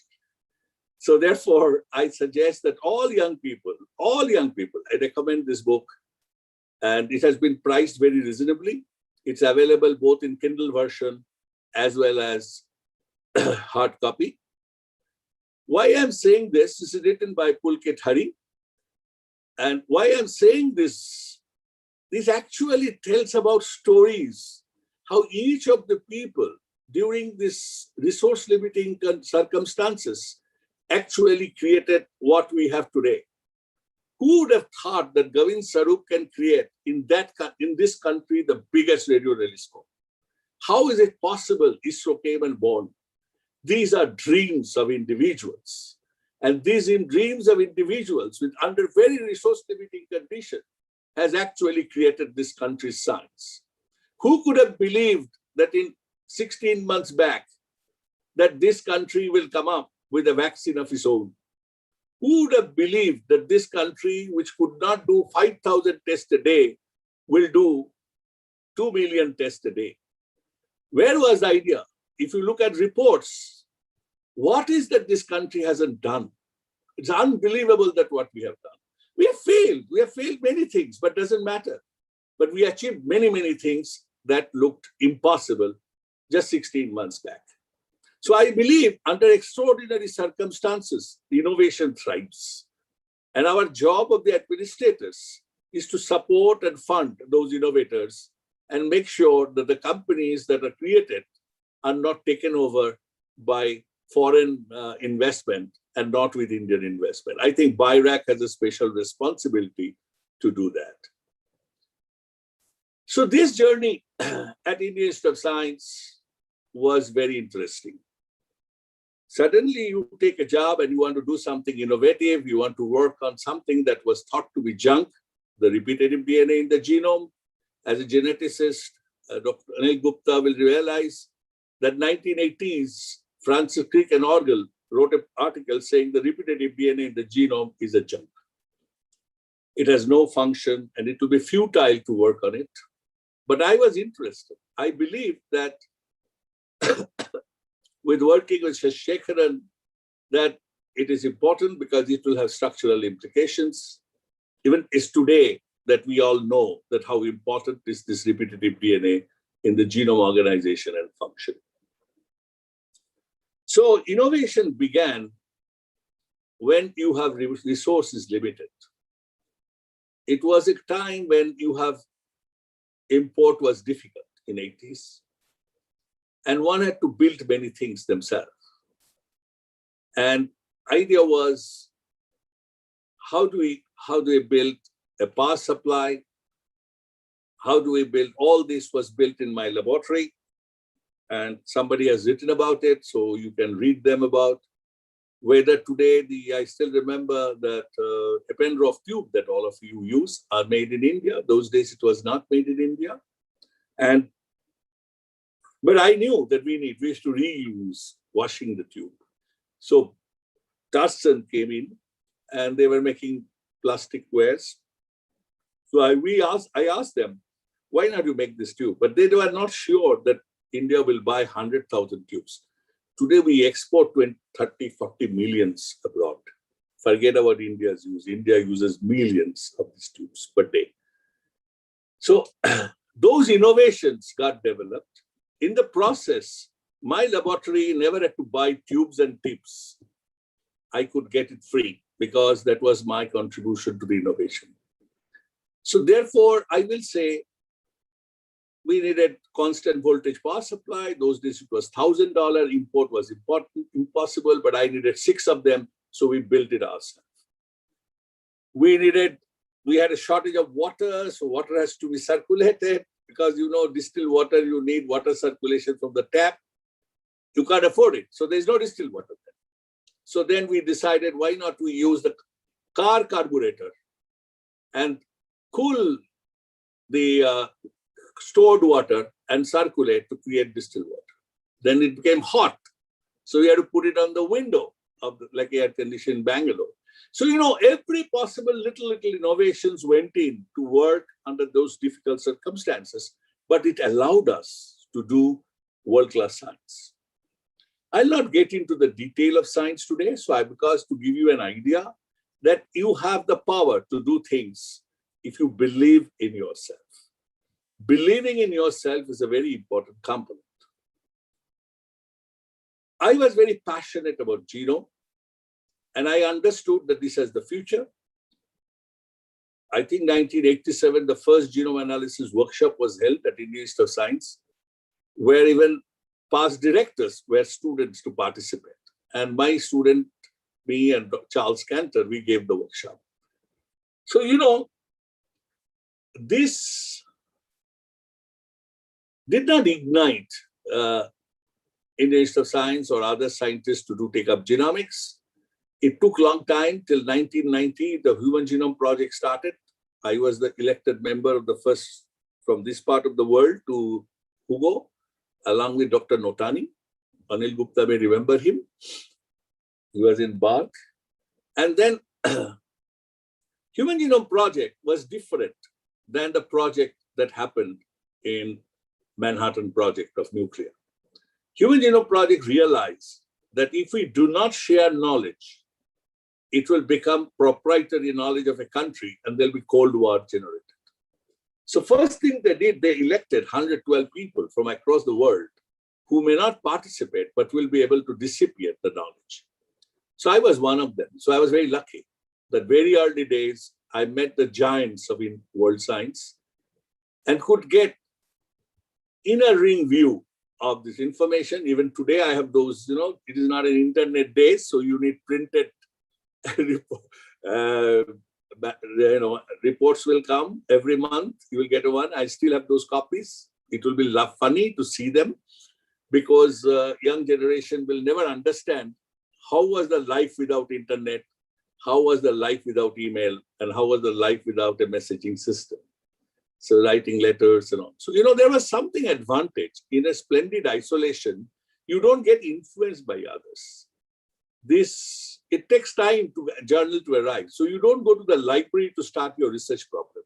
You can think in vacuum. So the next learning I had from Shashi Shekharan is learn to think in vacuum, get an idea, Then go to the library and read and see what you can do. Thinking in vacuum is a very important component of innovation. Because if you want to do something different, you just can't be doing it by reading others. You need knowledge, but you have to think in vacuum. So that led to many, many innovative discoveries in Bangalore, and eventually my interest in genomics drove me to Delhi. I'm trying to preach in 40 minutes, 45 minutes, 45 years of work. So I'm just trying to press it. So the idea was, people were doing sequence. You can take a little more time if you wish to. No, it's okay. I have another 12 o'clock meeting. Okay, so okay. So the reason is, I'm telling you why. Again, we didn't follow that route. Dr. Mitali has created a wonderful document, and I'm sure I will be able to share it and it will be published at some point. Through her eye, which is the first person to join Indian Institute of Science to me at CBT to build IGIB Institute. Through her eye, she saw in 20 years how things have happened. So it's a very nice document about the journey of my journey in the eye of somebody else. You know, it's a very rare situation. I hope some students of Anil Gupta, who has been long associate, will write such a document rather than Dr. Gupta writing about the document. I think it will have a very different storyline, and that would be a very interesting document to have. So what is interesting is, how do you do genomics in India when you have very little money? So the idea was, what is that we have? So it's an unfair advantage. You have to understand what is that unfair advantage that you have, others don't have, to be an innovator. Dr. Gupta utilized the knowledge base of the rural people of this country. And that was his innovation, to create Srishti and network, Honeybee network, everything he created. So that is a domain he picked up, that here is a billion people's knowledge that we haven't tapped. How do we tap this billion people's knowledge? And there are people with innovative capabilities. How do we get that innovation in? So it is unfair advantage. Nobody in America can do this. Nobody in Europe can do this. They don't have a billion people with innovative, statistically among the billion people, there'll be at least million plus people who are extremely innovative. Maybe 10 million. So 1% I'm giving. So he has a resource that nobody in the world has, right? Maybe China has. But he had this extraordinary ability to connect that unconnected dots to bring it. That's why I call it innovation. Innovation is nothing you bring from the sky, you bring from the existing. So my argument was, I have an advantage that we have a large population of 1.3 billion people, right? With a competitive advantage over China, which is, we have large families with many, many children. And this is an ideal requirement for genetics if you want to handle complex disorders. Genetics of complex disorders needed those days multi-generational families. Unfortunately, India, by poor family planning, became an asset for this genomic resource. Unlike China, which has practiced one-child family, so it's very difficult to follow a trait which is complex in nature. So those who have learned genetics, I'm sure Dr. Gupta can explain to them that why you need multi-generation families to look for complex traits. So this was our strength. Second strength we had was IT. We were already by 90s, we were quite strong in IT.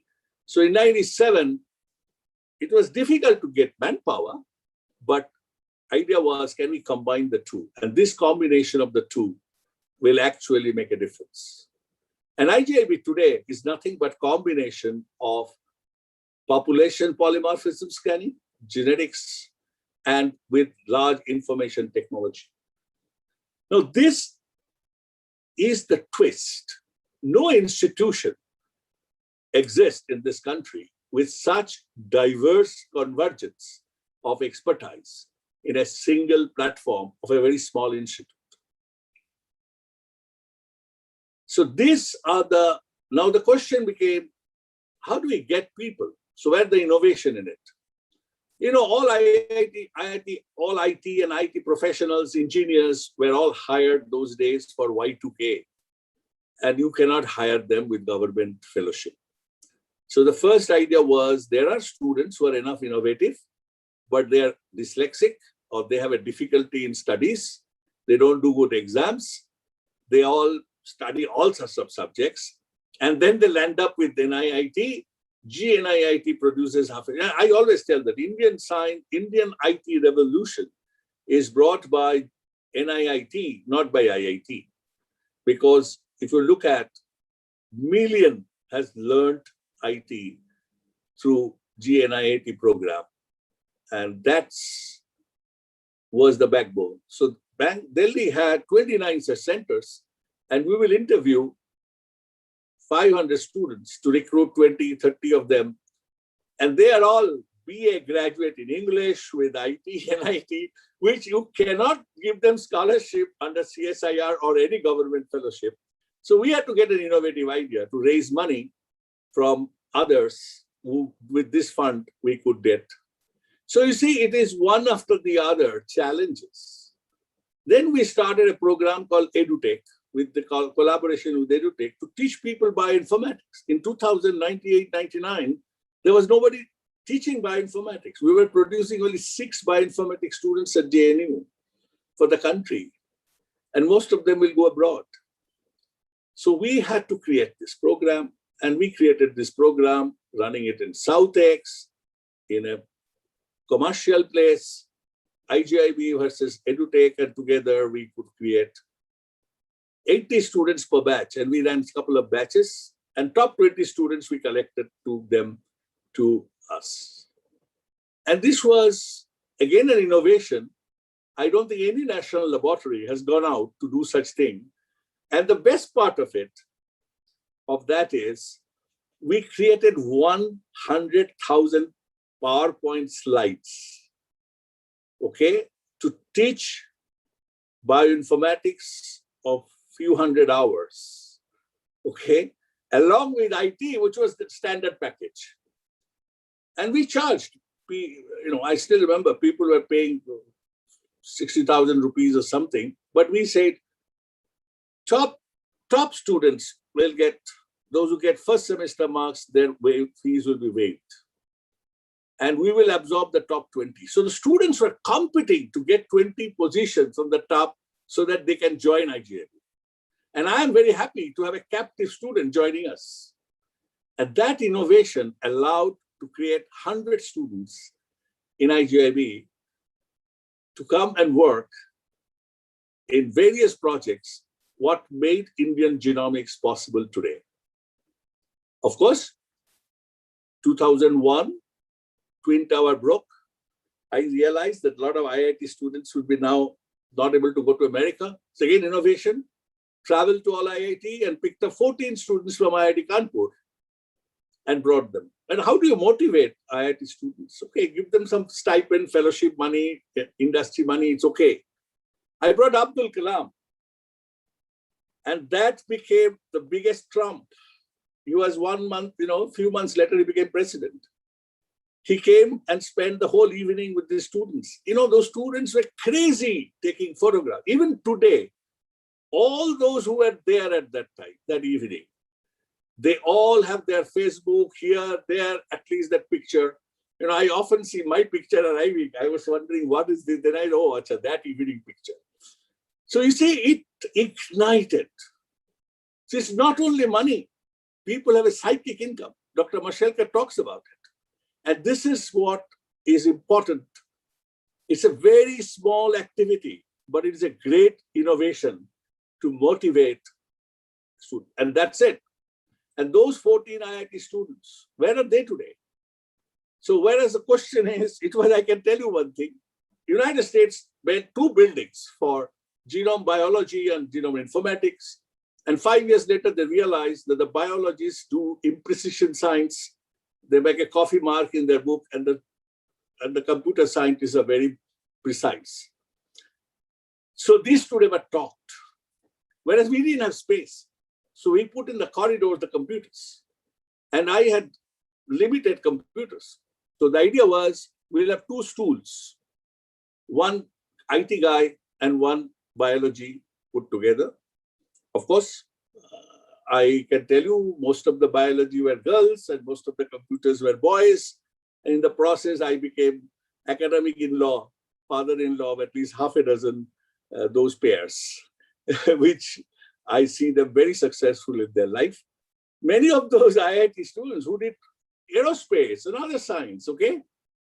Today, they are all leaders of system biology across the world.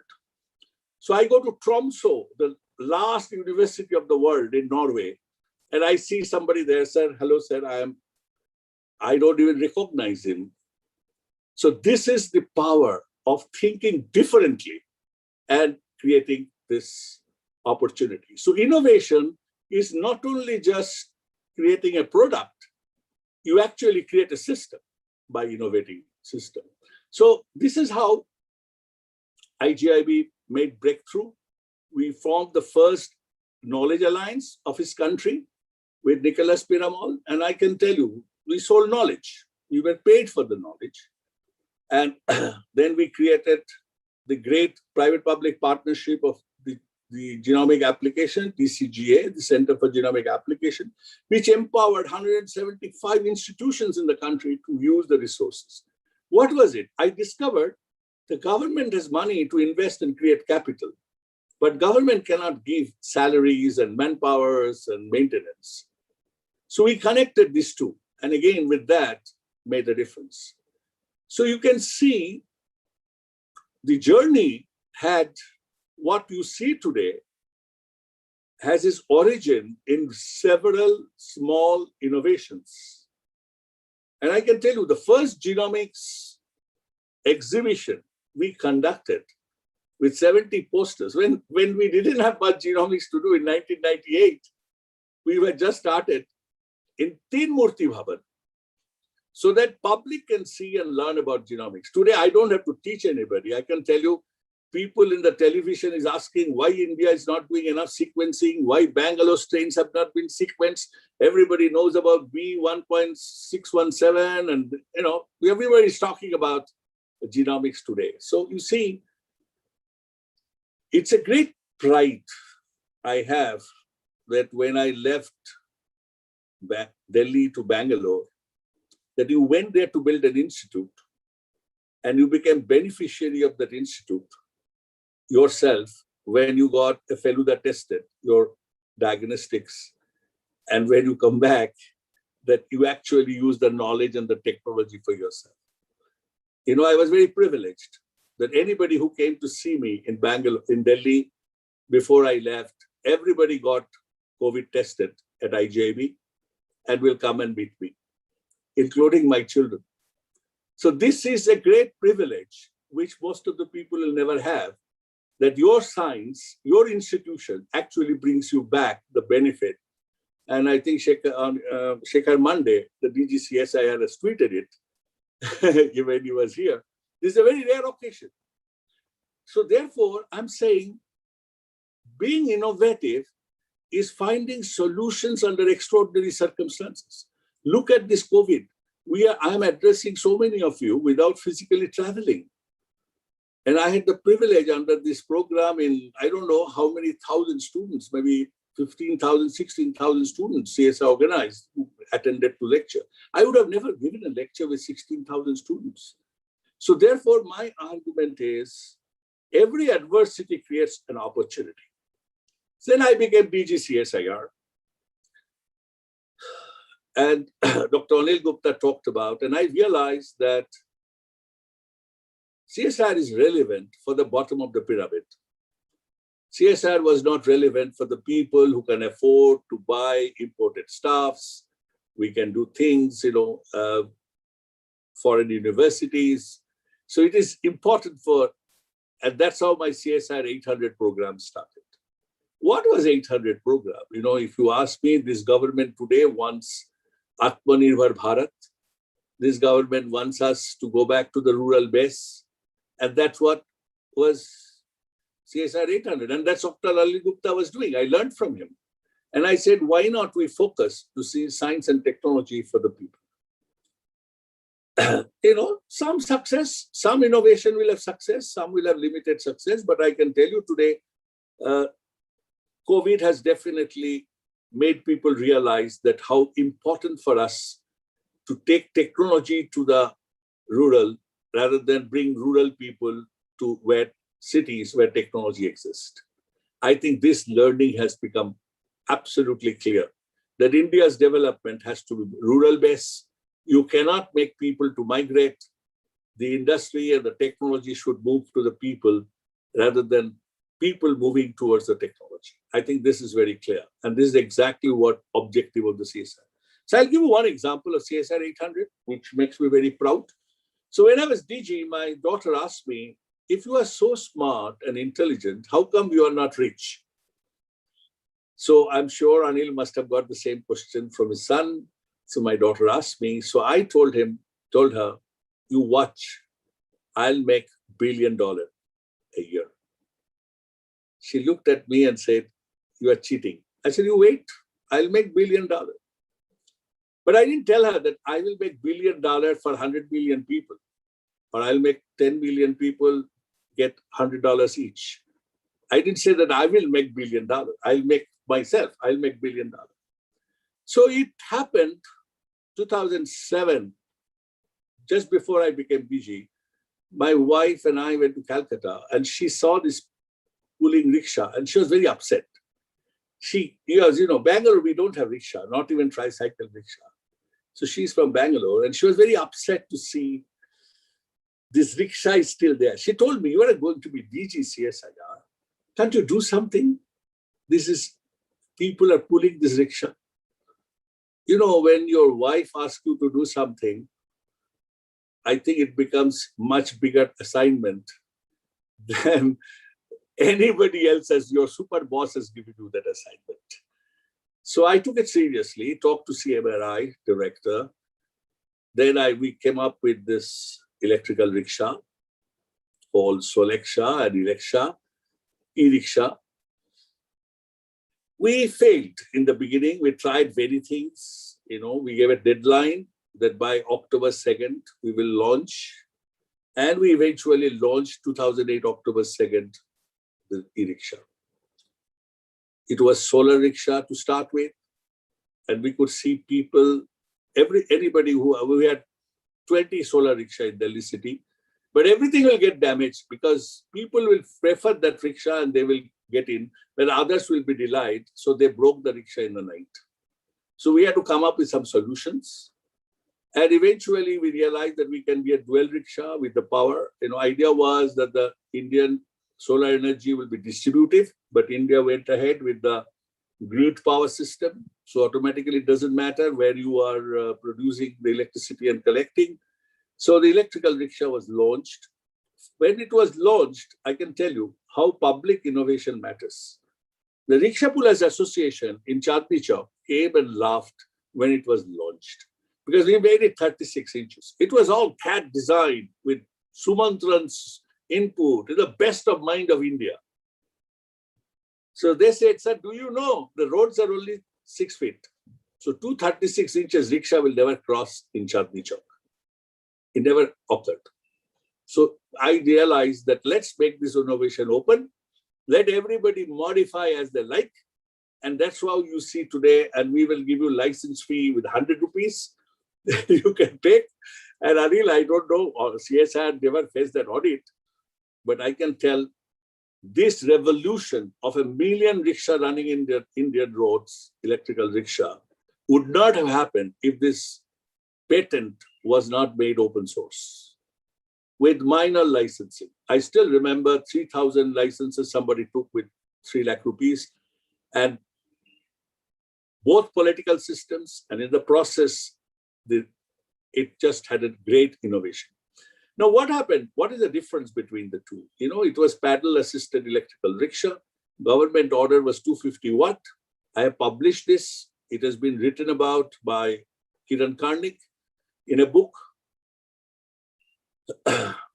And so idea is you have to have pedal assisted so that certain amount of energy will be required. But Indians are very smart, so you had rickshaws coming up with higher power, but Motor Vehicle Act did not change. So we had to change the Motor Vehicle Act, and by 2015, the Motor Vehicle Act changed.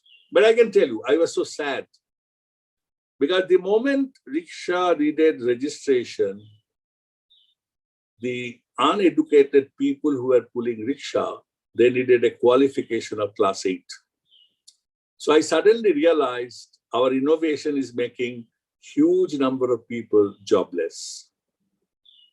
Fortunately, through persuasion, the act changed and said, as long as they take 10 days training, even with class 3, they're qualified. Because most of these rickshaw pullers are primary school dropouts.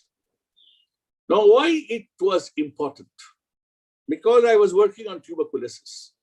And I discovered Delhi city has a large children tuberculosis. And when we analyzed, we figured out that the 1/4 of the rickshaw pullers get TB by 3rd or 4th year of it. Because they work very hard, 70 kilometers they paddle, and they need 4,000 calories they burn, they get only 1,600 calories.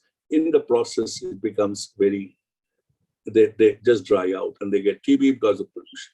And this TB patients then transfer to the small children whom they get to the school. So 100,000 children gets infected by 20,000 rickshaws. So therefore, this transformation should reduce TB. And I'm very glad to say, Anil, that when I meet every electrical rickshaw drivers, nobody has to go to doctor. None of them has cough. We have recently, ICMR has supported a fund project to actually evaluate the impact of tuberculosis of transferring from pedal rickshaw to electrical rickshaw. Okay, and because of the COVID, we haven't been able to initiate in Delhi, but I hope we'll be initiated this project to see that. So you see, this is 800 innovation. The last thing I will tell you is the open source drug discovery innovation. Again, the genome sequence was available, but it needed annotation. And we created, there's enough writing on it, enough talk I have given. They're on YouTube, you can read. Idea was to use the energy of the undergraduate, postgraduate students, and these students then will do the innovation to actually do the annotation. The problem is when you make large number of people work, how do you give them credit? So giving credit, micro-attribution is a very important component of getting large number of people to work together. The Indian Genome Variation Project had 158 authors, 2 papers we published, but we had clear-cut credit-bearing responsibility. Who is who? Here, it was more complex because we are doing on digital platform. The difference between students in the classroom versus difference between students in the Facebook. In the classroom, students really don't challenge the professor. I am sure Anil has this experience. But if you post something in Twitter or in Facebook, you will see the same student is reacting back, telling so many things. And many of you post things in the Facebook that your parents will be shocked to see. So therefore, that's why you don't allow your parents to become friend in your Facebook. So therefore, I knew that the students can be irreverent, not disobedient, irreverent, asking questions, rocking the boat, not toppling the boat, on cyberspace than in the classroom. And this allowed us to see this inverted leadership of young people actually. So we could look at, we divided the projects we could do, and all this was happening on cyberspace. And that was doing as a city with the DGCSIR. Imagine DGCSIR is busy. I will take out 1 hour every day. I created a room, like a war room, a OSDD room inside the DG's office, and we'll walk up and out. And my secretary will be totally part of. How come a student or a junior scientist can go and straight away enter DG's office? It's not acceptable in the system, right? But it was instructed. Anybody OSDD walks in, you cannot stop. No, doesn't matter. If only minister or vigilance officer is sitting in my room, they don't allow. Otherwise, anybody is there, it doesn't matter. Even Mashelkar is sitting there, the student should be able to enter. It was very difficult for my secretaries, Sunil and others, to accept it. It was very difficult. It also needed a change of style. You have to understand, if I wear suit and coat and tie, students will find difficult to interact with me. So I took it from Anil Gupta. I don't know how many of you know the story, how Gandhi connected himself to the people is by changing the dress. He was a BIRAC law, suited, booted, tied, from where he just went to the rural India and made the dress change. Nelson Mandela, to attract the Caucasian white people with a black leadership, he played baseball, he wore the dress. So dress is a very powerful component. And I learned from Anil Gupta. And so I changed my style, So I became the hub-jacketed GG, never in the history. It was a big contrast from Mashelkar to myself. But I had access to the students. This allowed me to work in DG's office to the students who could access me. And that created open source drug discovery. And I can tell you, Anil, during of this beginning of the COVID, we wrote an article, 80 authors, saying that we should make things open. There is no chance of patenting. Let COVID research be open research. Let drugs, vaccine be open. And I'm so glad to see this movement has reached there. World is little thinking of, waiver of IP for sharing. Just imagine a company was developing a new vaccine. He's going to share with another company. It was unheard of. And that's happening. So I can say you can start something with a belief and eventually it happens. It needs extraordinary persuasion. You have to have a dream first, then passionate drive, but then destiny will take you. I can tell today IGIB, Institute of Genomics, for which I went to Delhi, is more relevant than ever before, but for the pandemic. It just made it so relevant institute for this country. So it's like a vindication of your idea. You thought 20 years back, 25 years back, this will be important, genomics will be important. And today genomics sequencing is discussed on television every day. This strain and that strain, I think world has learned more about biology. So there's nothing better time to do biology today than any other time, because people learned about antibody, this, vaccine, clinical trial, which would have taken years to push through the public, right? So the prestige of a biology scientist doing genomic scientist in the society is extremely high. You can see how often my student Rakesh Mishra appears on television as a director CCMB, okay? So therefore, what I wanted to tell, these are nothing but small steps, but you have to have a dream and a passion. Once you have a dream and a passion, you will reach there. Destiny will take you. I asked Craig Venter when he decided to do genome sequencing through shotgun rather than a classical way.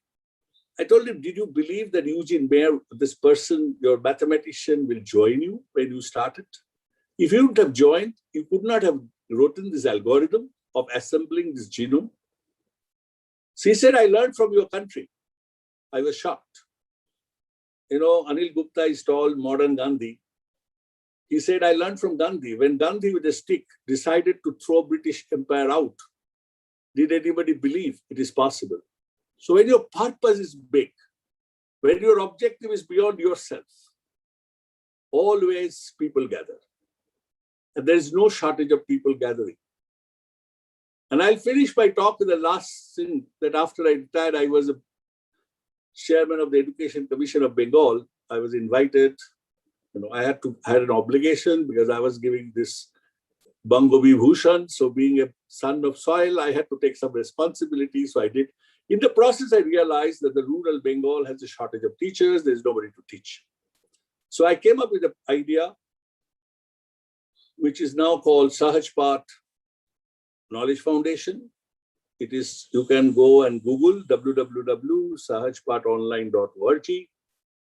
And here, thousands of students across Bengal, rural Bengal, connected through a cloud telephony, through a toll-free number, by which they are connected to teachers who are sitting at home, retired teachers, retired professionals, and housewives, all pro bono. And you won't believe the number of teachers joined during this pandemic. And this is the only source a student of class 12 who appeared for the board exam, where there is no class, no internet for him, his only phone call. There's a brilliant student from Bankura.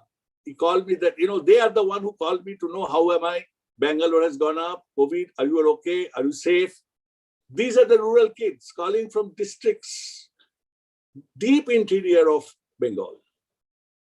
So that is today's backbone. We have extended this now in Hindi to Faridabad Education Council, another 10,000 students. Mashelkar has asked us to go to Maharashtra. So this is an innovative model with West Bengal government used for class 9 and 10, because internet is not available to the rural people. You cannot teach by. How are you denying people? So they should have a chance to ask questions. So this is what I mean. So I keep doing new things. I'm very happy. And I'm glad, Anil, that you asked me this question.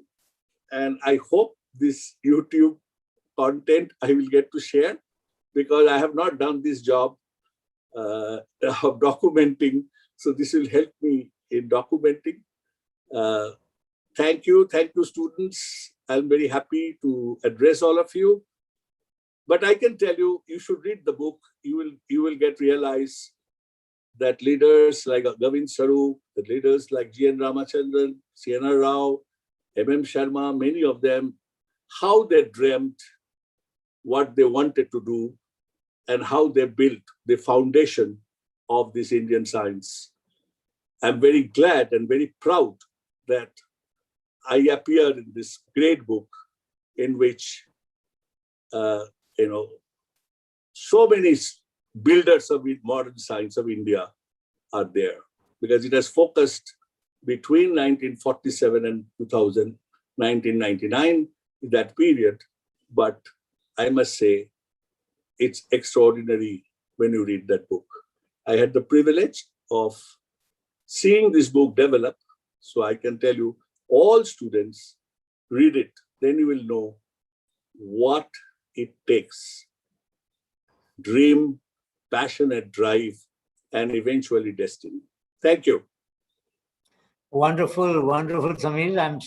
I think all of us are very privileged to learn so many things. I learned many things first time, and you will get a transcript of your talk today. Yes. So you will not only have a recording and a link, but also a transcript. Fantastic. We have a 5-page note taker on our program. That program is an AI-based program, transcribes all lectures. Oh, so you will get, so you will. Many of my transcripts to you and many of my lectures, voice record. Yeah, MP3, MP4 file, send me, I'll get it transcribed. Great job. So thanks, you see, there are always certain things that you will take back whenever we meet. And I get something when I meet you, because the work that you mentioned to me last time you visited Gyan and you were telling about Sahajpath. I remember you and your wife both were with us that day. And I'm so happy to see that it is growing. We need it countrywide. We need it in every state, because students who do not have access to internet are denied the opportunity to ask questions, as you rightly say, and they deserve this. They deserve this. They must desire it. Anil, I can request you one thing. I will send you some flyers in Hindi, English, and Bengali on email. If you can reach through your reach districts somehow. I can't reach all the districts. We had a walk. We had a show in Purulia, so I will send it to Purulia. I will send it to wherever you want. Yeah. So all across West Bengal and all across Haryana, because we have. Okay, we will send it to every collector. Actually, I will mail it to every collector. Not a problem. Yeah. So that is what I thought I will ask you. That's my. Thank you. Sir, one thing, sir. Good morning, ahead. sir. Yeah. Where are you? Sir, I am a PhD from IGIB, so I always feel the pride in saying this, sir. So you have motivated sir Shaila during our PhD. Shaila is with today us. also, sir. So thank you very much, sir. Wonderful talk. I was motivated by you, sir, when I was doing PhD at IGIB, and today also, sir, very wonderful talk, sir. Thank you so much. Thank you. Shaila Parveen. She is with our lab. She looks after the microfluidics. She has developed a test for mastitis, for blood group. She also worked with Amit Asthana at CMB. So, Very nice. there's not enough time because he has a meeting at 12, so I will have to let him go. But surely, if some of you have very specific questions, we will pass it on to him and get answers from him. Is that all right, Samir? We can get some questions later on and send to you. Yeah, sure. But 5 minutes, 3-4 minutes, 5 minutes I can take if anybody has anything. Okay, if you can take it, then anybody who has a burning question, you can't live without getting the answer, then ask that question. Anybody has a burning question, be precise, very short, start. Yeah, go ahead. Good afternoon, sir. First of all, last year I made a transcriptomic project which predicts drugs on the basis of COVID using the macrophage data. The thing is, I'm still an undergraduate student and I don't have a platform to showcase it. I wrote the paper is complete, but I'm not sure where to publish it and how to come out confidently with it. So, yeah. Why don't you send me whatever you have written? I'll forward it to the right people. okay, sir. Thank you, sir. So the gate has been opened for you, dear. That is the way things happen. And that's what BIIS is trying to do. Send it at skb@igib.in. skb@igib.in. Megha, type kar dena. So Okay. that's wonderful. Anybody else? And You know, my last time we had a student in, yeah, go ahead, please. Yeah. My WhatsApp number is 9810443272. 98. Okay, so you can chat on the, type it in the chat, please. Type it in the chat. Yes, Vishal, I will send you the transcript. I will share the transcript with everybody. We will get it today evening, and then we'll share the transcript. So we will share with all of you. And all the lectures, we will try to get them transcribed this time so that you will get automatically. Megha, please put them all the lectures in my calendar so they will automatically get transcribed. Yes. Put all the lectures link in my calendar. Put all the lectures link in my calendar. Okay. They should be uploaded in my calendar. That's that. So I would thank you again, Samir, for being here. Thank you. We have Manish Diwan now, who will join us to share the vision of BIRAC, because it is a partnership between BIRAC and Searchty and Honeybee Network to really skb@igib.in. And we will send you the mail. We will type it out and give it to the mail. Megha, please put the mail in the chat so that students couldn't write. Yes, sir. Yes. You know, Samir, before I close, I will tell you that today I took them to task, for many of them did not have a notebook and a pen in their hand. So I said, unless you have a notebook and a pen before you attend a class, how can you learn? That's right. That is exactly what I wanted them to know. That even a professor like you. 10:30 a.m. Ahmedabad Biotech Innovation Ignition School, 2521, Anil Gupta, BIRAC, blah, blah, blah. So there is a record that today this has happened. And this is my notebook of after reaching Bangalore 2020. You can see February 21 is the book, it says. So that's a very important component. Yes, we should always keep record of what we think and thought. So thank you, Samir. But again, this has been a great talk, and Anil, I have learned so much. I have learned so much. To Manisha, and then I will walk off. Yeah, please stay. Please stay as long as you can. Manish Diwan, I will invite Dr. to do, which is very, very needed in Bangalore at this moment. We are trying to work with some hospitals to quickly bring diagnostics at doorstep. So you know Sri Camp, no? You know Sri Camp, Tasleem and others. Yeah. So we have a approval of a startup in which we have doing very low cost, very high sensitivity rapid antigen test. and antibody Okay. test. Because there are people who have got the vaccine, but antibody hasn't come. So we should know that. So Oh, right? that's very interesting problem. This is not, I didn't hear about this before, but this is a very important problem. Yes. I And the should really people who write have COVID and have antibody, they're fine. They don't need to take a vaccine. Yes, sir. I can say. So that government has started, because that's a very interesting part. So this part don't record, huh? Don't put it in there. I can't choose So that. if you need any facilitation, Dr. Samir, if you need any some networking or any kind of help in terms of scaling up of manufacturing of such a kit, help us, let us know.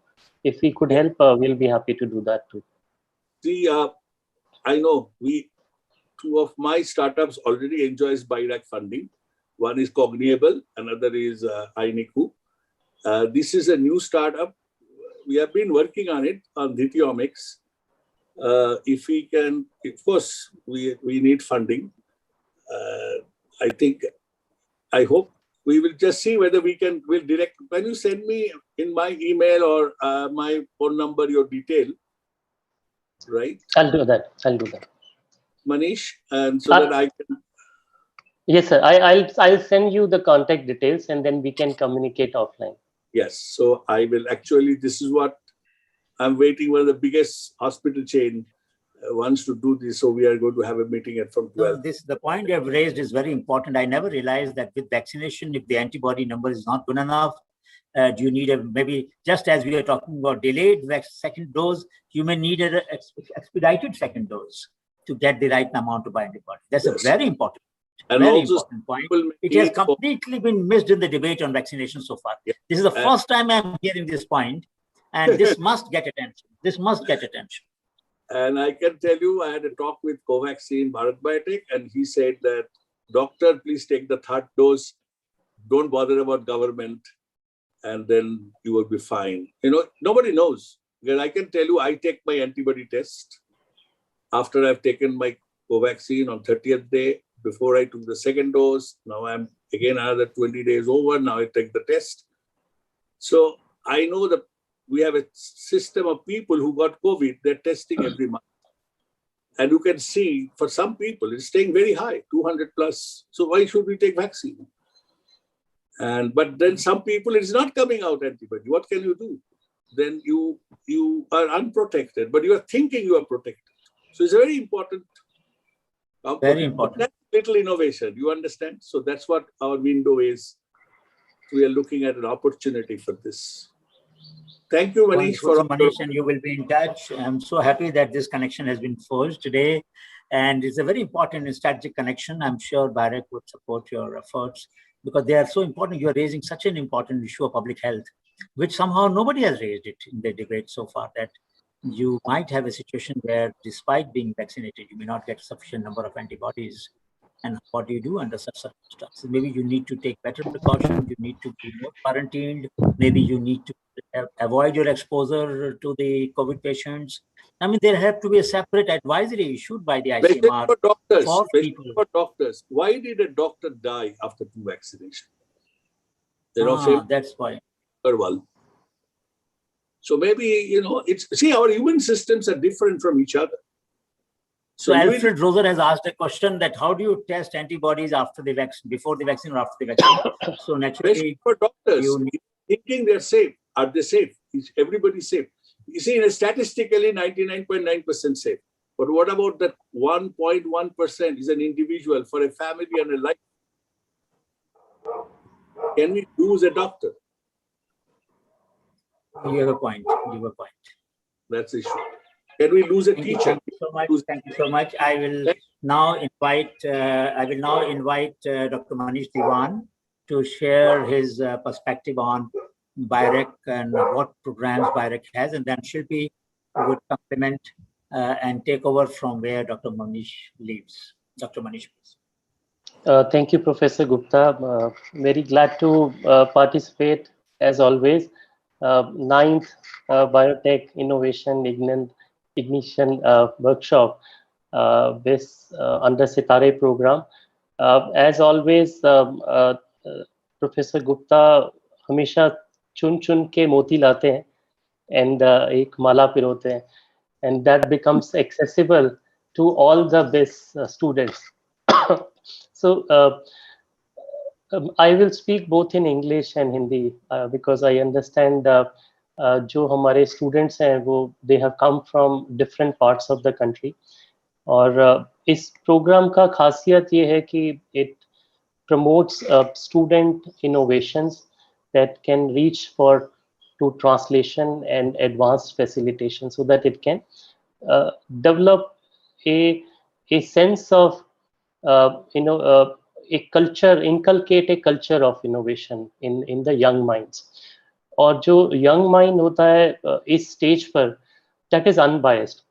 उसको जैसे घोड़े का निगाह होता है एकदम सीधा देखना, एकदम सामने ही देखना, तो उसको आसपास का चीजें देखने नहीं देता उसका जो ड्राइवर है.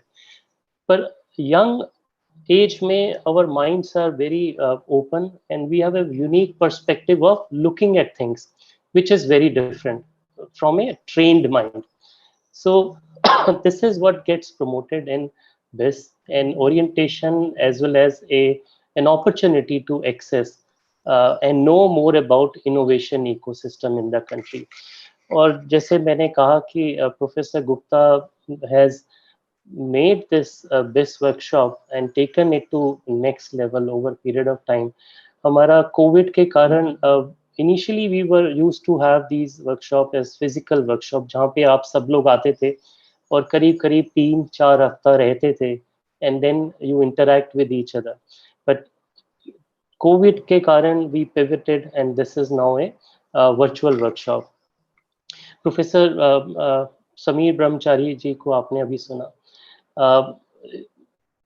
हर एक का opportunity नहीं मिलता to listen to the stalwart leaders in detail, and that too with a personal touch.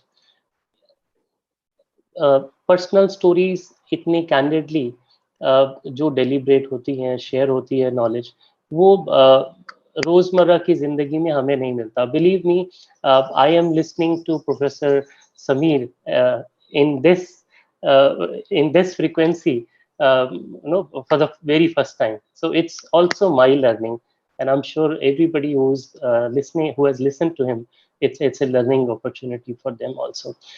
यहाँ पर I would bring in जो प्रोफेसर गुप्ता यूनिकनेस लेकर आते हैं. आपने 3 हफ्ते का प्रोग्राम देखा होगा, उसमें अलग अलग एक्सपर्टीज, अलग अलग इंस्टीट्यूशंस के डायरेक्टर्स हैं, एक्सपर्ट्स हैं, मेंटर्स हैं, सो दैट सब तरह का एक इंटरडिसिप्लिनरी एक बुके बनाकर देते हैं, नॉलेज का bouquet, which becomes accessible to all our students. And I think I would just highlight or emphasize just this point, that interdisciplinary understanding of things is critical, and very critical at this stage, where you are yet to evolve and mature your individual knowledge in a particular subjects, in a particular domain or a subject area. COVID में I think हमारे दादा दादी से लेकर हमारे mother father और हम सब, we are all aware about RT-PCR क्या होता है. Now typically if you look at 4-5 साल पहले, RT-PCR was only known to molecular biologist person, वही करते थे RT-PCR. अभी हमें ये भी पता है कि PCR क्या होता है और RT-PCR क्या होता है. हमें ये भी मालूम है कि CT वैल्यू क्या होती है. इमेजिन जनरल पब्लिक को polymerase chain reaction, CT value का significance, it's not a trivial thing. सबको मालूम है. प्रोनिंग क्या होता है, मास में N95 क्या होता है, ऑक्सीजन कॉन्सेंट्रेटर में आपको 5 लीटर पर मिनट का, नहीं तो ये काम नहीं करता है. अब ये वाला नॉलेज तो एक इंजीनियर को मालूम होता था. ऑक्सीजन कॉन्सेंट्रेटर में क्या डलता है, जियोलाइट डलता है, ये तो एक केमिस्ट को मालूम था. वी आर नाउ टॉकिंग कि ऑक्सीजन कॉन्सेंट्रेटर अब इतने नहीं बन सकते क्योंकि हमारे पास जियोलाइट नहीं है. और जियोलाइट हमें इंपोर्ट करना पड़ता है. सो इमेजिन इतनी डिटेल में और इतनी relevant information has now become very trivial. And चाहे पढ़ा लिखा आदमी हो या अनपढ़ आदमी है, सब लोगों को आजकल बाय एंड लार्ज मोटा मोटा ये चीजें सबको पता है. SpO2 क्या होता है, no even I never paid any attention.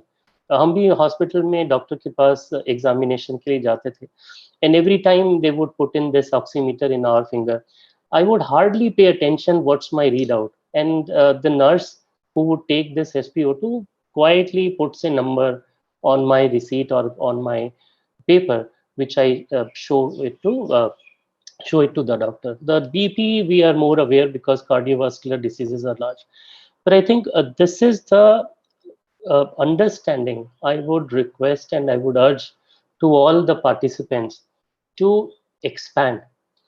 And biotech is an interdisciplinary science inherently. So we must utilize it.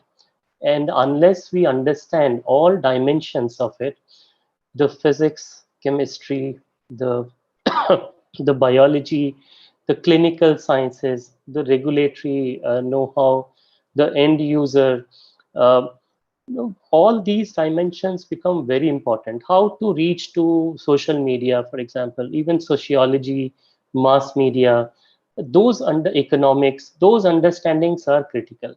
So मेरा अर्ज रहेगा आप सब लोगों से कि ये वाला इंफॉर्मेशन भी आप गेन कीजिए, ये नॉलेज भी आप गेन कीजिए while you are studying and developing yourself.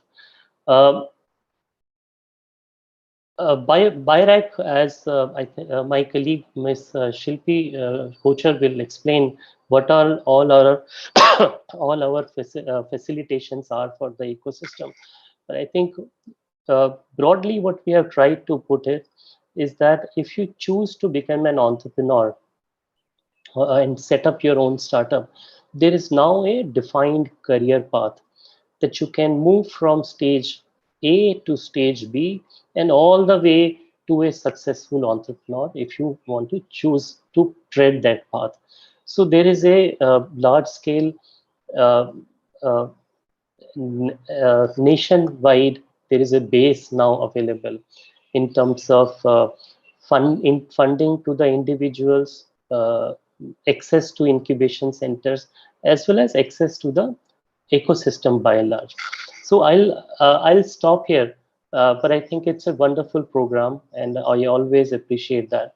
And the passion and the care with which Professor Gupta and his team puts it together, that is unmatched. And every time I repeat myself, but I can't stop repeating myself on this. And we have now moved into the ninth BIS workshop. At the back end, we are also trying to build and scale this effort so that not only 30-40 members of this individual BIS workshop, but it scales to a much larger dimension that we are working on. So good luck to all the students, all the participants who have joined and have got this opportunity. Consider yourself as different than your peers because you have moved one step ahead in the curve, and with the right kind of mentorship and access to that mentorship, I think things would be much brighter for you. Thank you so much. Thank you, Dr. Gupta. Thank you, Manish. I realize that you have to rush back into some meetings, so I will not detain you long. But I would just like to mention briefly, there are 4 assignments that they're all, you have 2 minutes? Yes, right, so kindly there are go 4 assignments. Yeah, there are 4 assignments that they're all going to do. First assignment they have done, majority of them have done, which is where they had to ask their grandparents about knowledge that they used in their daily life before the modern amenities were available. Second, they had to ask the servants and the service provider, the maid and sweepers and everybody else about way they will keep themselves healthy and how the lesson they can learn from them. They're also to identify the underutilized bioresource and an unmet need. These were the 4 things that they had to answer. Each one of them has done something on that and has filled up that spreadsheet, and we will be sharing with each other now for them to annotate and comment on each other's learning. Second thing that we are trying to do is to they will also take up some of the farmers' innovations and farmers' practices and start developing research protocol for that. For that, they can get 1 week extra after BIIS to be able to make a good protocol. Third thing that they're going to do is, you remember last time we had home experiments. So each one of them is going to do some home experiments, and we give example of some of them to them today morning, that how students realized the bio-waste was lying around and they converted that into biofertilizer or many other things. And this will become, I'm sure, they will come into translational mode of thinking and behaving right during the program. So this is something that we are insisting. Fourth, which we have added this time, is to find out any entrepreneur, any startup which mimics their aspiration, which is close to what they would like to do in their life, and write a few pages about that. This is we have added today because we realize that if they have to do translation, they should start identifying their own role models, the role model that they select and that they identify with, so that they can have a concrete path ahead as to what they would like to do and how they would like to do. So these are the four Very things that they interesting. were all. Very interesting. Only thing that we have to expand our team, Manish, we will discuss separately so that we can give proper feedback to each one of them. Because there is a number this time is 55, which is very nice. And some of them are asking question, can they share the link with other students? We by all means they can share. We would like more students to benefit from the BIIS program, as you were saying. And we are very excited about this partnership. It's a unique partnership, Manish, and we are very, very much appreciative of what BIRAC is doing and how some of these students will join the pipeline as our effort and dream. Thank you so much. Absolutely, absolutely, sir. They can actually look at the biotech showcase, biotech-solutions.com, where there are at least 150, 160 stories of successful startups which have moved into market and commercialized. So they can browse through those. They can browse through that and select, and then connect with them. Connect with some of them who are close to their aspirational point. They may not be exactly doing what they want to do, obviously not, but at least they get a direction, and they may choose their own mentors. And we can, sir, also explore, like if they choose to follow a particular startup, they can follow through the social media. A lot of information becomes available. In case you can create a group of 10, 15 such students, and they want to listen to one particular startup, we can also arrange a separate session for that. So wonderful. maybe, so my friends, what I will like to do, this solution we will take forward. You will have to vote for a selected group of startups. So whenever a startup receives maximum vote, we will invite. I think wonderful. So that's the way we will do, because we should invite some of them, and we have invited earlier the Gaffey awardees who have set up their own enterprise, but we will also invite from this lot that you mentioned today. It's a very good idea.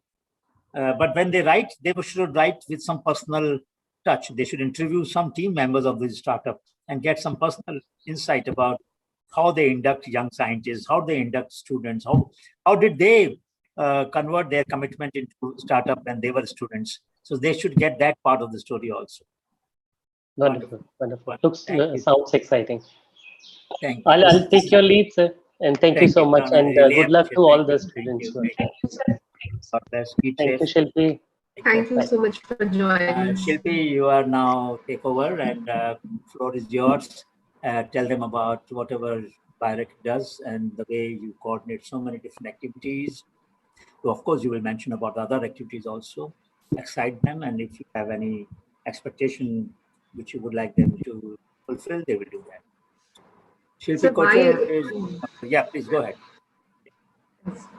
Thank you so much, sir.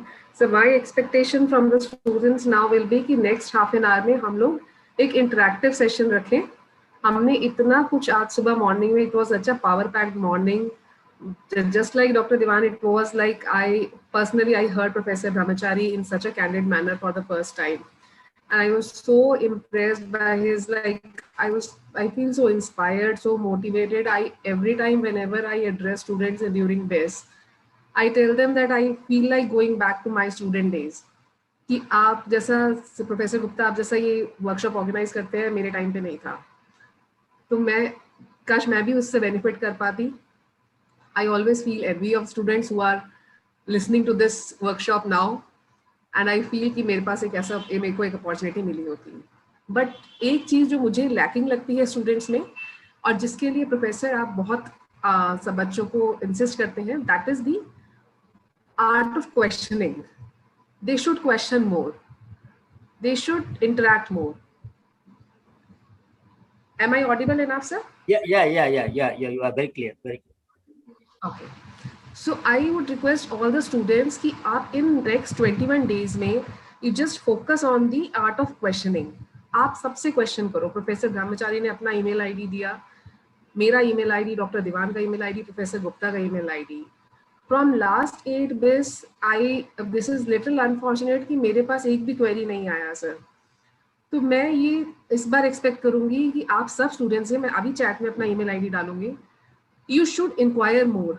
आप और inquiries डालो, आप और चीजें explore करो बायरैक के बारे में, आप उससे और क्वेश्चंस पूछना चाहो। So this is something I will encourage all of you to do.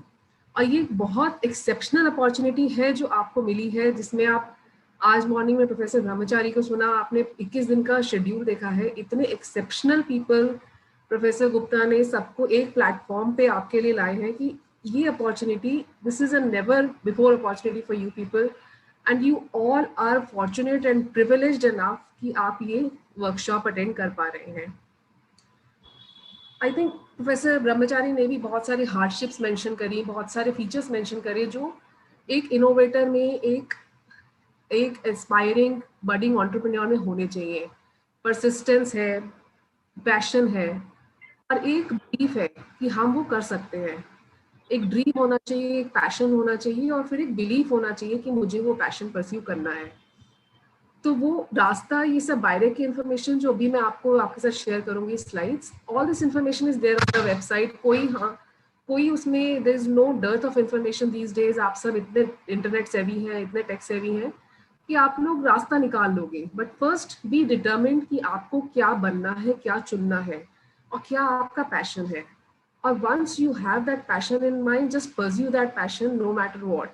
Persistence, उन्होंने बताया वो 2 दिन बाहर खड़े रहे 59.7% परसेंटेज की वजह से। वो एक स्टेप शायद आज उनकी जर्नी में, अगर आप लुक बैक करें तो कि वो स्टेप ना उन्होंने उस दिन फॉलो किया होता तो वो आज ये यहाँ ना होते। तो वो एक छोटे छोटे से ऐसे परसिस्टेंस वाले स्टेप्स लाइफ में as a child, as a young mind इतना मैटर करते हैं। And this is the inspiration that we want you to take from here, and then the path will be easier, a lot easier. There are funding opportunities, there are networking opportunities, mentoring opportunities. Today you are so fortunate, so lucky, so many innovation spurring organizations, promoting organizations like BIRAC, TDB, CSIR, सभी organizations support करती हैं. So there is no dearth of any resources. आप लोग अपना एक रास्ता चुनिए, उन हार्डशिप्स को फेस करने का एक जज्बा रखिए, and then you'll see that you will also turn into the diamonds like Professor Brahmachari, Professor Gupta. So with this, I share my screen. We'll start with what BIRAC is doing.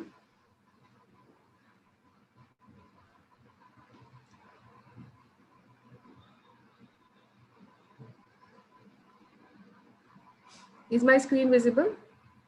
Yes.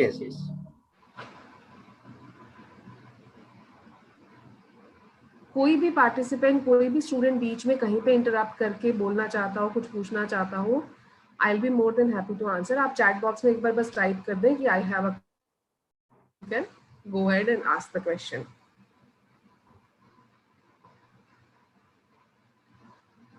So today we are on the first day of the 9th edition of BIIS.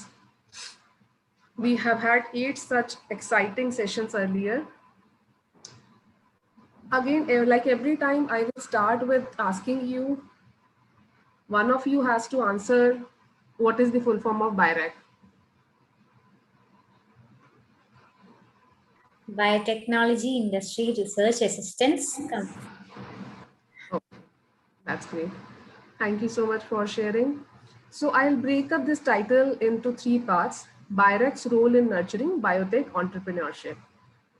So as one of the students has just answered that what BIRAC is, we'll learn more into details कि BIRAC क्या है, क्या करता है, कब बना था, क्या कर चुके हैं हम और क्या करना चाहते हैं.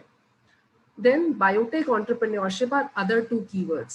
दो keywords हैं biotech और entrepreneurship. Biotech as डॉक्टर दीवान ने बताया कि एक ऑलरेडी एक interdisciplinary stream है and it is really important and it is good for all of you कि आपको इतने सारे different disciplines के बारे में पता लगता है इस वर्कशॉप के थ्रू. इस वर्कशॉप में भी इतने सारे एलिमेंट्स डिस्कस होते हैं कि आपको बायोटेक के डिफरेंट वर्टिकल्स के बारे में इंफॉर्मेशन दी जाती है. And then comes entrepreneurship. So as he mention कि बायरैक का आज इतनी स्कीम्स, इतनी अपॉर्चुनिटीज आपको बायरैक ऑफर करता है कि बायोटेक एंटरप्रेन्योरशिप एक करियर पाथ की तरह आपको आपके लिए अवेलेबल है. Right from student at UG level, जो ये एक बेस्ट प्रोग्राम है. There are other programs like E-Yuva, UG, PG, PhD, post PhD, as a startup, as a mature company. हर तरह के एक सेगमेंट के लिए बायरैक की स्कीम्स, बायरैक की फंडिंग असिस्टेंस के अलावा नेटवर्किंग, अदर अपॉर्चुनिटीज, इंक्यूबेशन, इतनी तरह की अपॉर्चुनिटीज अवेलेबल कराई जाती हैं कि एक करियर पाथ की तरह बायोटेक एंटरप्रेन्योरशिप आज आपके लिए अवेलेबल है. So we will now start. COVID times में हम देख चुके हैं कि अब it's not important about a man और even about a nation. What we talk about is an idea. Ideas have transformed the last 1 year situation. Whatever help, whatever जितनी हमें जो support मिली है वो ideas से मिली है, नए innovative solutions है which we are looking forward to. What lives on is an idea. And then an idea is something that creates an entrepreneur. So what एक entrepreneur के बारे में अगर समझना चाहें, who can be an entrepreneur? क्या what does it take to be an entrepreneur? Who can create a startup? Who can be a part of startup? तो ये entrepreneur कौन बन सकता है जिसके पास थोड़ा सा रिस्क लेने की एपेटाइट हो. एक पैशन वर्ड अगेन आप देखेंगे सब जगह और सभी लीडर्स के मुंह से आप ये सुनेंगे. डॉक्टर मशेलकर की जब भी मैं टॉक सुनती हूँ, किसी भी एक एक्सपीरियंस लर्नर आप उनकी टॉक सुनेंगे तो पैशन वर्ड जरूर आएगा. तो एक पैशन होना चाहिए और थोड़ा सा एक्स्ट्रा एफर्ट लेने का. लाइक आप स्टूडेंट्स हैं, आपकी डेली की स्टडीज है, बट इवनिंग टाइम अवेलेबल है, वीकेंड्स अवेलेबल है, आपके वेकेशंस अवेलेबल है. सो ड्यूरिंग दैट टाइम वो एक एक्स्ट्रा एफर्ट निकालने का आपको एक थोड़ा सा इंटरेस्ट होना चाहिए. I'll just request you for a minute break. So I'll just request you for a minute, sir.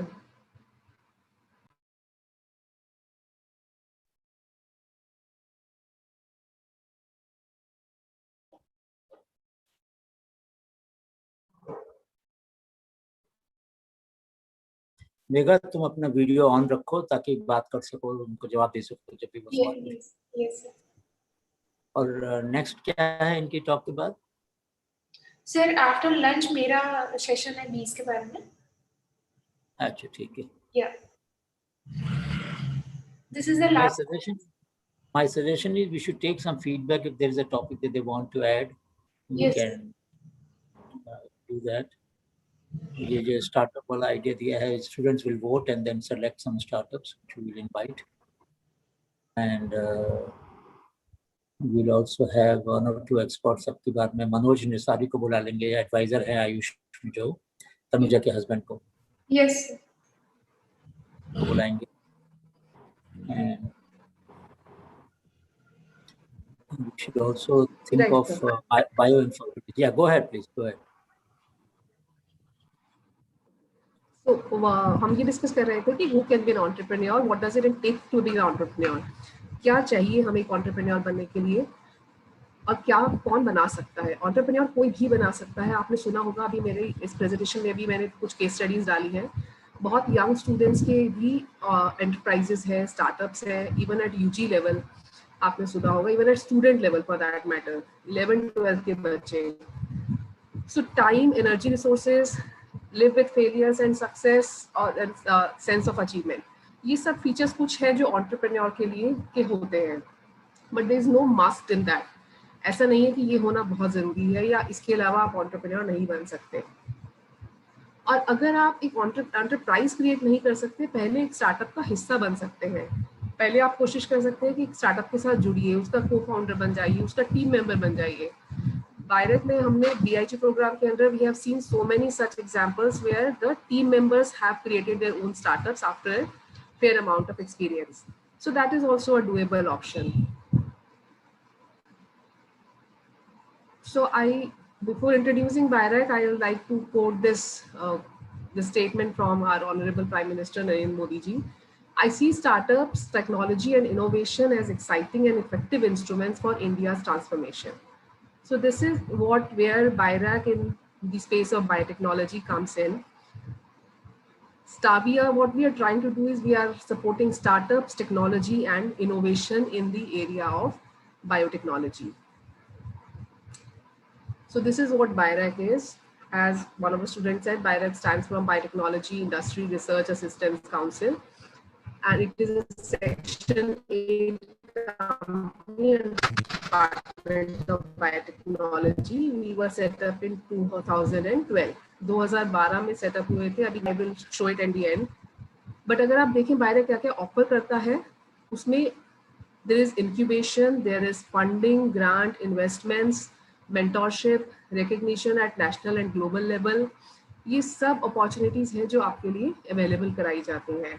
And we support startups, entrepreneurs, SMEs to develop innovative and affordable biotech products. So this is the tagline of BIRAC. This is the key vision and mandate to support innovative and affordable products for the larger mass of the society. And the biotechnology, जैसे आपको सबको पता है कि बहुत broad area है. There are so many things which fall under biotechnology, right from healthcare, wellness, agriculture, waste management, industrial biotech. इनके अंदर भी further इतने subsections हैं. It's very broad. बहुत सारी sectors इसमें cover हो जाते हैं biotechnology. Anything which has to do with the environment, with the life sciences, किसी भी living being से related, environment से related कुछ भी है, कोई भी solution है, that falls under biotechnology. बहुत बार बच्चों को एक query होती है कि मेरा ये solution biotech है या नहीं है, मैं BIRAC को approach कर सकता हूँ या नहीं. So be open about that. We are very open in our definition of biotechnology and we try to support as much as possible. So as I mentioned, there are various types of support that we provide. It's from funding support, incubation support, IP और technology management में, जैसे professor ब्रह्मचारी जी ने कहा कि IP एक बड़ा important component है. कहाँ पर IP protection होना चाहिए, क्या चीज़ें open source होनी चाहिए, इसका एक बड़ा fine balance चाहिए for innovation to penetrate. तो BIRAC का एक पूरा dedicated IP cell है जो इन चीज़ों को manage करता है. Then we have hand-holding and facilitation. We have so many partners. Srishti is one of our partners where we have an incubator, where we have the CSIR program. Similarly, across India, across the country, and even across the globe, we have so many partners to help us execute various programs. You will actually hear about these programs in details in next slides. Just a minute.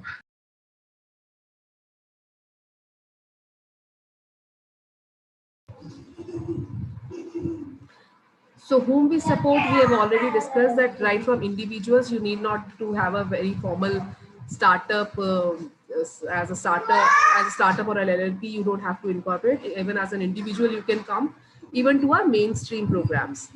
And what do we support? We support even at an idea level to take it to proof of concept, to take it to late or early stage validation, and even up to scale up.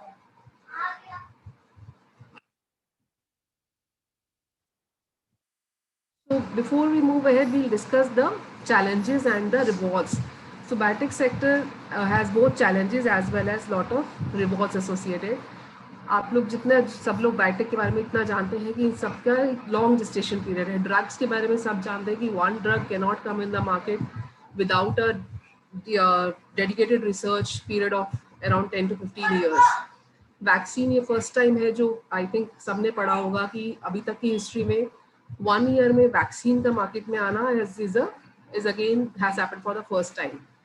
All these ये सब research जो है biotech की needs lot of time, it has long gestation period, uncertainty बहुत होती है, बहुत सारे मॉलिक्यूल्स ड्रग के फेल कर जाते हैं, बहुत सारे सॉल्यूशंस मार्केट तक आके उनकी अडॉप्ट नहीं हो पाते.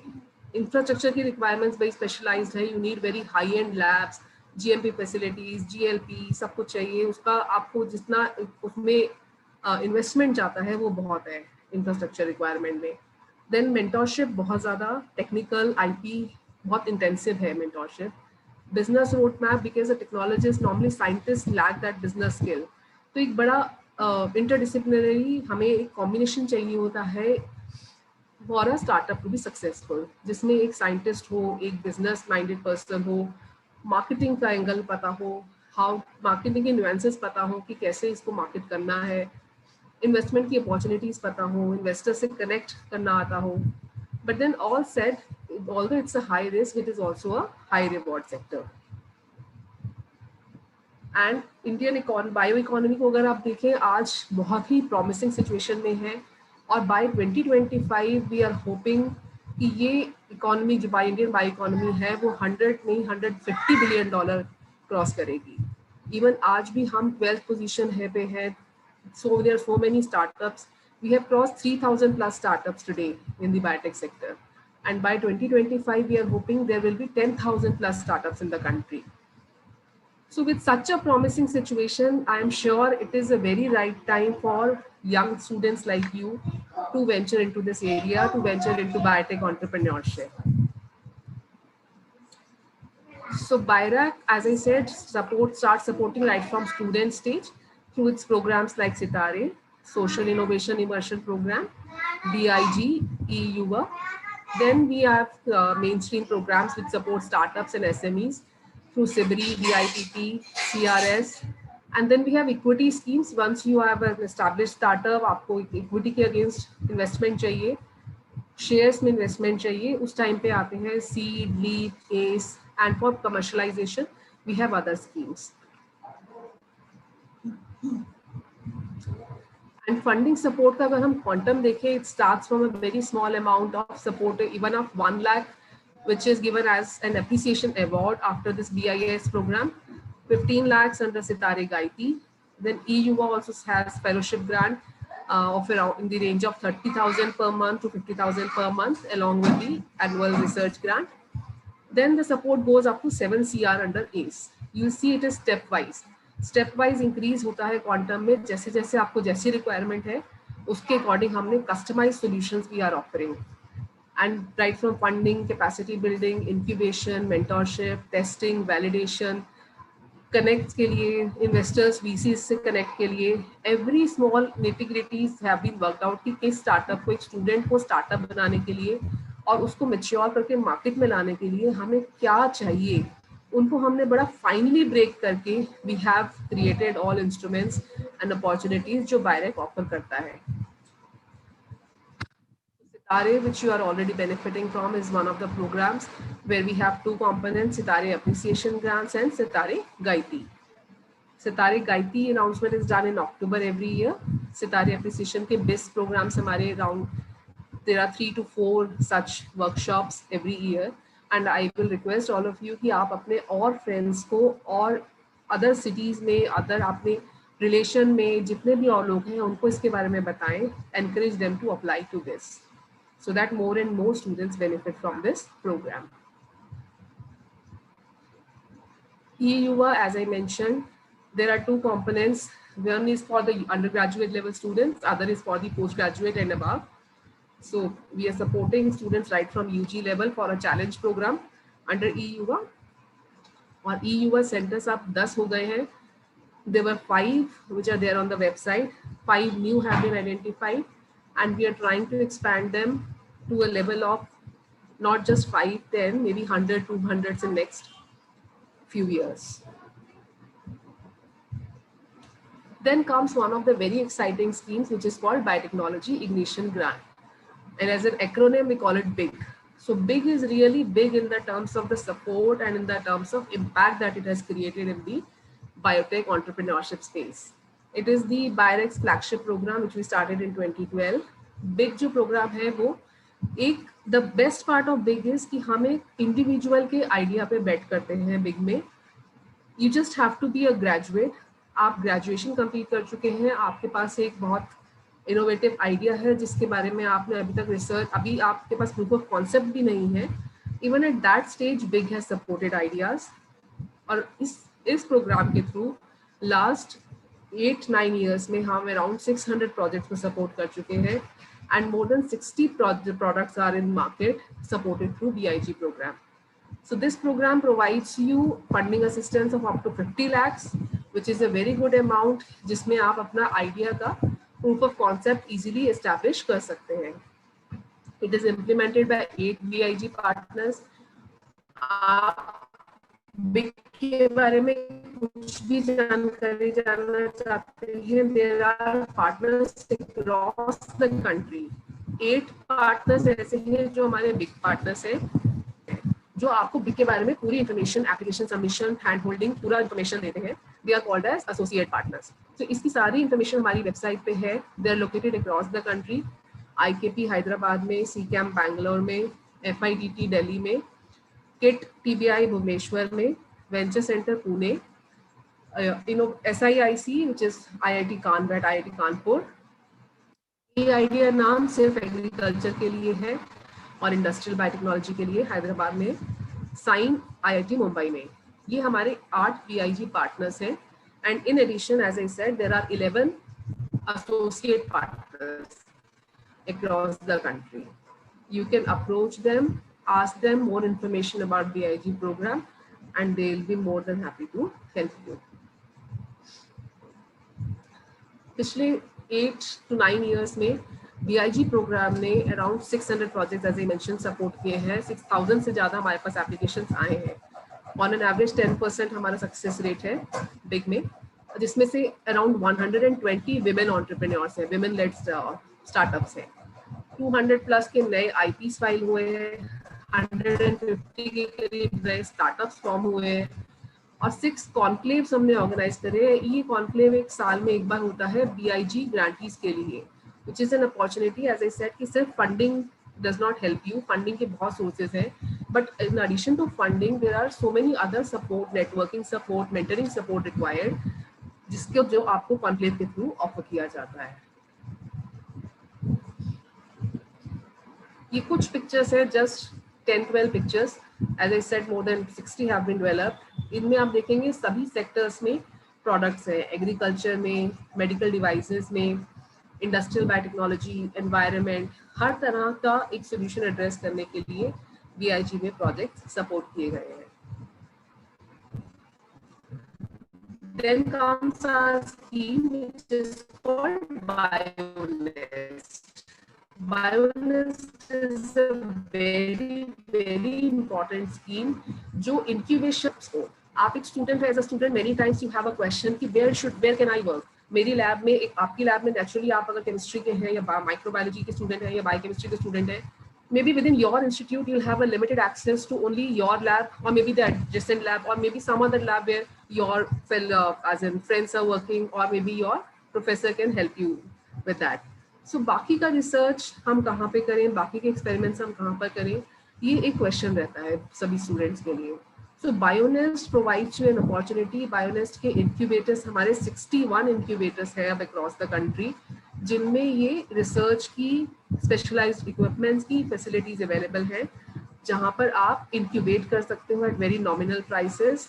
And some of them even if you as in try to interact, network for certain things, they can even give you an opportunity to work for free for initial some days. Then there are other rules जिनके basis पे वो BIONEST में आपको support provide कराते हैं. इसमें incubators में you will see we have world class infrastructure and labs are there. Technical business mentoring provide कराते हैं. We have training programs being conducted by these incubators. The legal IP support, हर तरह का एक holistic around the पूरा आपको जिस तरह का सपोर्ट एक स्टार्टअप को चाहिए वो एक बायो इंक्यूबेटर ऑफर करता है. The list of the entire all of these 61 incubators is there on the BIRAC website. So as I said, 60 plus incubators है, 700 plus incubatees है, 6.5 lakh plus incubation square feet का incubation space है जो ये offer करते हैं. यहाँ पे आपको labs, chemicals, sitting area, हर तरह की facility you will find in the bioincubators. Then comes other important scheme, which is SPERSH. There is a component of social innovation immersion program. तो ये भी स्टूडेंट्स के लिए है, जिसमें हमारे 14 स्पर्श सेंटर्स हैं अक्रॉस द कंट्री, जो आपको क्लिनिकल इमर्शन का एक अपॉर्चुनिटी प्रोवाइड कराते हैं. Students can apply for the scheme, and इसमें if you have an idea which is like in the area of healthcare and requires clinical immersion, so SIIP will help you with that. Then I will skip 2-3 slides which are meant for startups and SMEs. These are required only when you have set up a startup, and all the information, as I said, is there on the website. So I'll just name these schemes: SBIRI, BIPP. Then we have PACE. PACE is important for faculty also.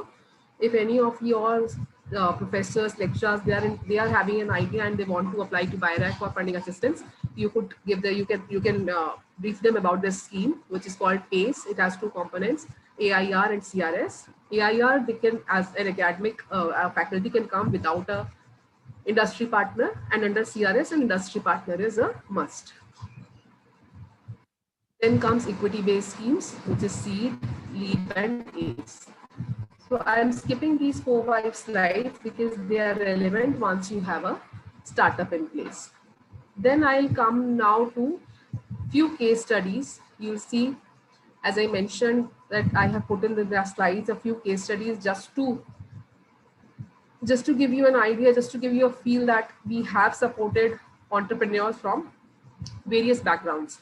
So they're not only just students or startups or from a particular area. आप देखेंगे कि even students जो बिल्कुल different area से, engineering background से, they have developed solutions for biotechnology products. ये इसमें बहुत सारे अभी एक assignment बताया गया है जिसमें आप अपना एक role model चुनेंगे. So these are some of the examples. इन सब का नाम आपको वहाँ पर biotechsolutions.com पे मिलेगा, biotech showcase portal पे. ये सब products वो है जो market तक लाए हैं ये लोग from an innovative solution, from an idea which they had in their mind. Nitin Sisodia from Soham Labs, he has developed a device for screening of hear loss in the newborns, which is a very big problem. और बहुत सारी PHCs में, CSC में इस तरह के specialized equipments नहीं होते कि जिनसे ये टेस्ट किया जा सके कि एक न्यूबॉर्न में hearing proper है या नहीं है. So this is a device जो एक छोटा सा easy portable device है जो आप कहीं पे भी कैरी कर सकते हैं, एक लो रिसोर्स सेटिंग में डिप्लॉय कर सकते हैं. Then you see a solution जो एक न्यूबॉर्न की रिसस्किटेशन के लिए है. इससे पहले जो ये सोल्यूशन हुआ करता था, इसमें दोनों हाथों की जरूरत होती थी. ये इसको जो अभिजीत बंसल है, इन्होंने ये प्रॉब्लम आइडेंटिफाई करा through clinical immersion. He was a Stanford India Biodesign Fellow. ये तीनों बायोडिजाइन के फेलोज हैं. ये प्रोग्राम आपको पता होगा, स्टैनफोर्ड यूनिवर्सिटी, एम्स और IIT दिल्ली के बीच में कोलैबोरेशन हुआ करता था और अभी भी है, जिसके थ्रू इन लोगों ने इमर्शन प्रोग्राम अवेल किया and identified problems in the real life, in the real time hospital scenarios. So वहाँ पर ही आइडेंटिफाइड अ प्रॉब्लम की रिसस्किटेशन में दोनों हैंड्स नर्स के बिजी हो जाते हैं. तो बेबी को होल्ड करना, यू नीड मल्टीपल पीपल, 2-3 लोग चाहिए, एक बेबी को होल्ड करेगा, एक डिवाइस को होल्ड करेगा. So he converted a very simple solution.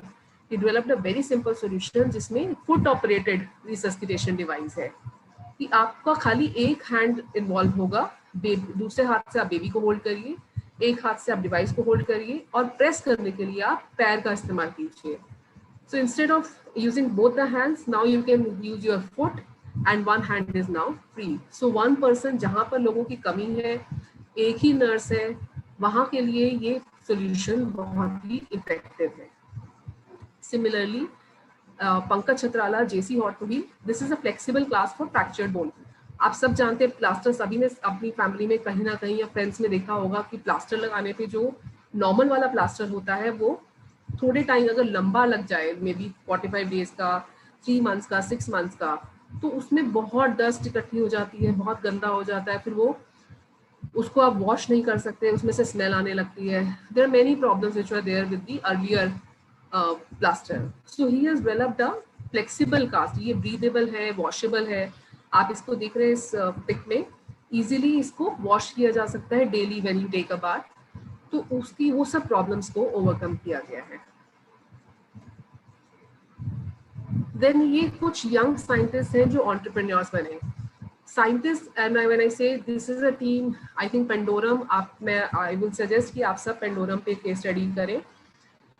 Pandorum was started by a young team, IISc के पोस्ट इसके PhD के स्टूडेंट्स थे, Arun and Tuhin Bhowmik and Arun Chandru. They have started this company और आज इनकी कंपनी की valuation is in few crores. They have raised funds from IAN and so many other sources globally. ये दो चीजों पे काम कर रहे हैं, कॉर्नियल टिश्यू पे और ह्यूमन लिवर टिश्यू पे। So I'll suggest all of you कि आप इस पे केस स्टडी करें जरूर। Then we have another person, Pankaj Parashar. So he was inspired by his real life story. His sister had hypertension during her pregnancy. So उसके लिए ये एक छोटे टाउन से belong करते हैं। Her sister had to travel to go to doctor's place to get that test done. काफी time लग जाता था उसमें। प्रेगनेंसी के ड्यूरिंग अगर हाइपरटेंशन है तो यूरिन में प्रोटीन बहुत ज्यादा आने लगते हैं, and which leads to serious problem, pre-eclampsia हो जाता है, premature delivery हो सकती है, baby can even die.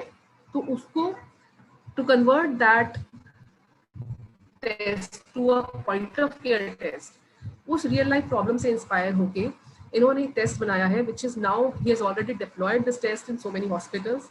This test has been endorsed globally by UK also.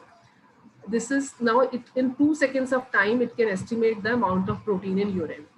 So so now every PHC or every clinic, every gynae can have this device installed in their clinic. उससे आप easily test करके हाथ के हाथ result बता सकते हैं। Then Achira is a company by Dhananjay Dendupuri. He was a postdoctor from MIT. He's one of the pioneers in Excuse me, ma'am. हाँ जी मैम, जब इन्होंने ये एक डिवाइस बनाया जिसमें यूरिन से हम लोग प्रोटीन टेस्ट कर ले रहे हैं, तो वापस से फिर तो हमें गायनेकोलॉजिस्ट के पास या फिर कहीं तो जाना पड़ेगा ना। तो फिर मैम पोर्टेबिलिटी कहाँ रही? मतलब जाना आना तो पड़ ही रहा बेटा, है। ये घर पे डिप्लॉय नहीं होगा। गायने आपको इजीली अवेलेबल, गायने अभी आप देखो ब्लड टेस्ट कराने के लिए आप लैब जाते हो, और टेस्ट एक प्रेग्नेंट वुमेन के लिए एक गायने की कंसल्टेशन भी फ्रीक्वेंट होती है, बट लैब जाना और 2 दिन उसके रिजल्ट का वेट करना वर्सेस गायने के क्लिनिक में ही आपको वो हाथ के हाथ ये रिजल्ट बता सकते हैं विद एग्जैक्ट क्वांटिफिकेशन। बहुत जगह ये डिपस्टिक टेस्ट भी होता है, डिपस्टिक इतना वो नहीं होता, एक्यूरेट नहीं होता, बट ये क्वांटिफाइड, इसमें आपको एग्जैक्ट वैल्यू मिल जाती है। It's not qualitative, it is quantitative. और इसको आप अगर एवरी गायने can install in the clinics, तो वहां पर भी आप घर पे इतना ये डिवाइस नहीं इंस्टॉल कर पाओगे। अभी ये बहुत पुराना इसका मॉडल है, अब इसका एक रिफाइंड वर्जन भी आ चुका है, आप इसको देख सकते हैं नेट पे ट्राई फाइंड करके। तो उसको इन्होंने ये सोल्यूशन बनाया है कि हर CHC PHC एक उन जगहों पे इसको डिप्लॉय किया जा सके, कि ये नहीं कि एक स्पेशलाइज्ड टेस्ट लेने जाना पड़ेगा प्रोटीन के लिए। पहले एक स्पेशलाइज्ड टेस्ट हुआ करता था। समझ गया ma'am.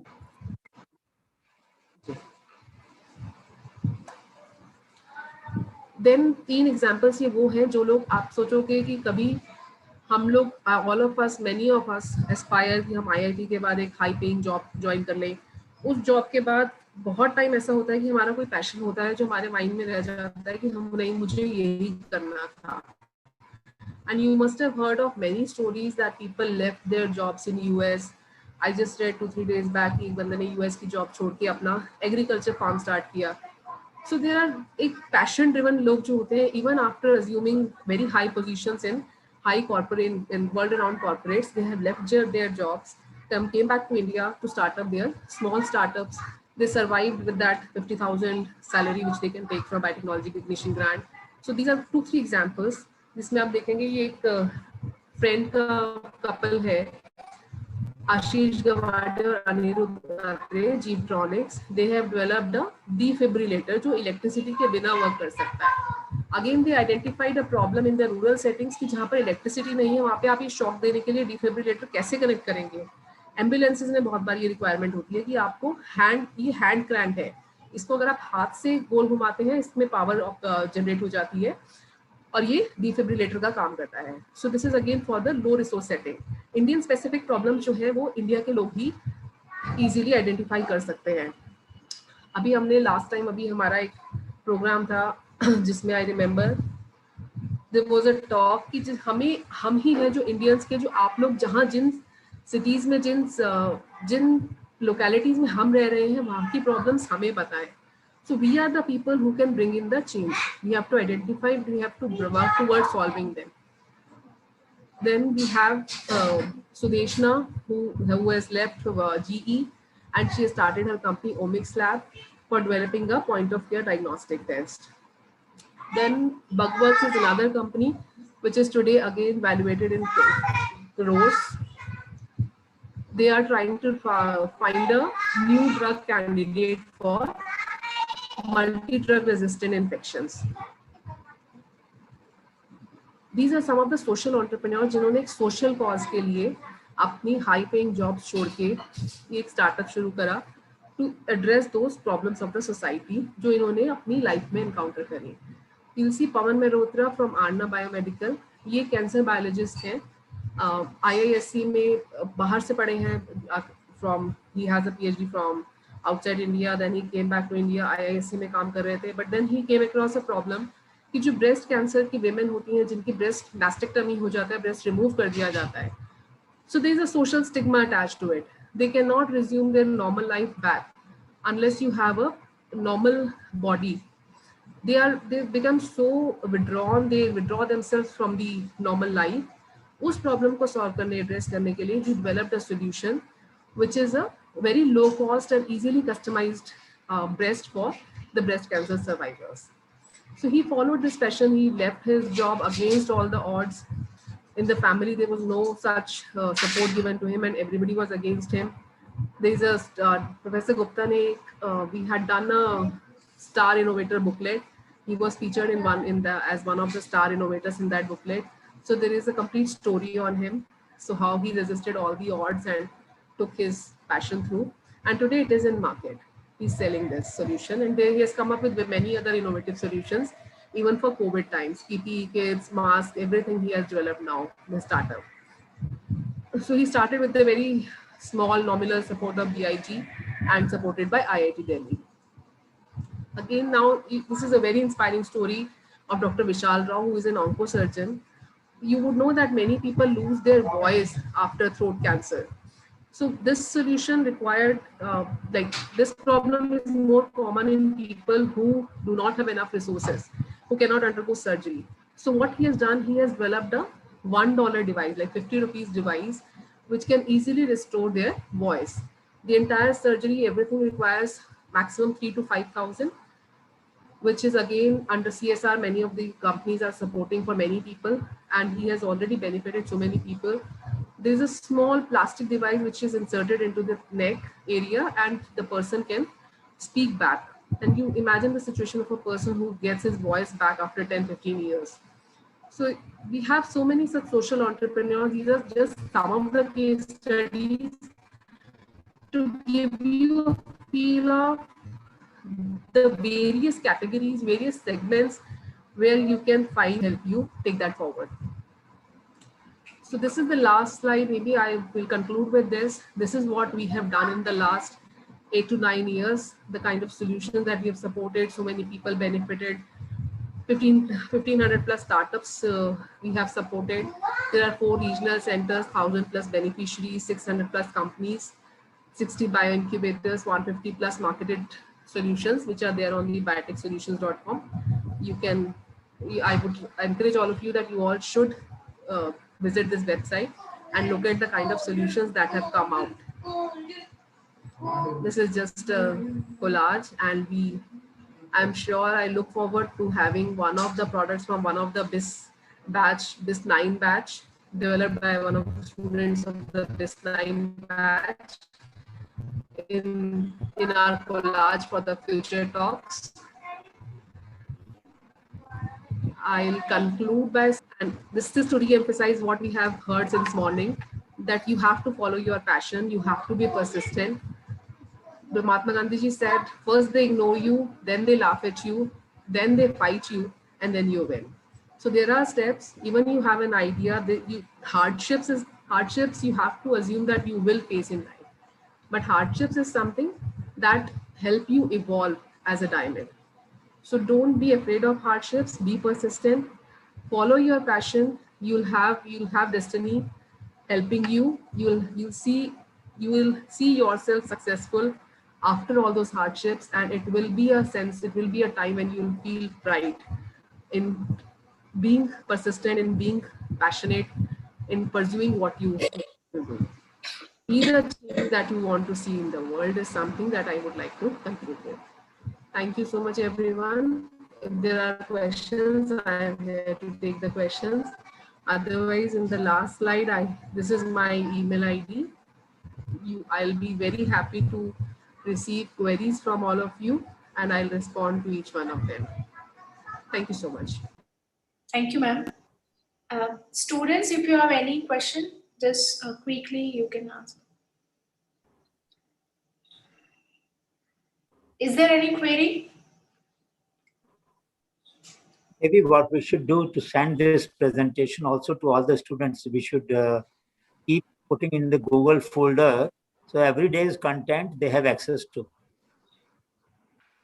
Surely, I'll mail it to me. If you can mail it, then we will put it in the folder. So Sir, I what happens? call to question more in every session. Maybe some of them, as much as possible, should keep their videos on so that we know who all are listening and what they're doing. Yes. And yeah, and they should question more in every session. Yeah. Yes, ma'am. Please switch on your videos. I'm sorry you to can disturb stop the sharing. Stop the sharing. Then we can sorry, bring sir. them. Can I ask my Yes, question? please. Go ahead. Really sorry to interrupt. Go ahead. Ma'am, thank you for your presentation, ma'am. I just have a small question. So when we were talking about BioNest, you spoke about the incubators, right, ma'am? So how do these work? Like, for example, if I went through the website, you told us to check the incubators, and I saw that lots of institutes like AIMS and all have their incubators. So how do these work, ma'am? Like only AIMS faculty can use them, or people outside also can use these? So these facilities are open for anybody outside can also use. You have to just write to the contact person or give them a call and tell what kind of facility you are looking forward to. So what is your requirement? There are many incubators which are specialized for one particular or maybe one or two disciplines. For example, there are agri-specific incubators. There are some which are specializing into molecular biology. So depending on what your requirement is, you can select the incubator, write to that concerned person. The contact details are available on the website. You can give them a call and find out if the service that you required is available there. Then that's how it gets initiated. If you face any problem in reaching out to anyone, you can reach to BIRAC so that we can help you connect with them. Yes, thank you so much, ma'am. It was a very enlightening presentation. Thank you, ma'am. Thank you so much. Hi, ma'am. Can I ask you a question? It's actually. Sure, please. Please go ahead. Ma'am, I mean, we are working on a startup that's related to making research publication in a video content format. So I know this is not related to biotechnology, I mean, because there is no life science involved in it, but this is also related to science and research and other kind of services. So we are one of the first kind of this platform in the world. So can this be considered as a part of biotechnology as it involves science of a factor in it? Because like we are totally working for research field only. So is it possible to consider that in that way, or what is it? Well, there's one before telling you whether it can fall into biotechnology or not.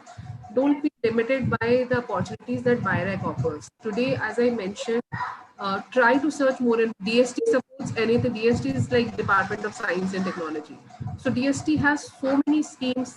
Even the seed fund, there's a Nidhi Prayas, EIR, so many programs are there.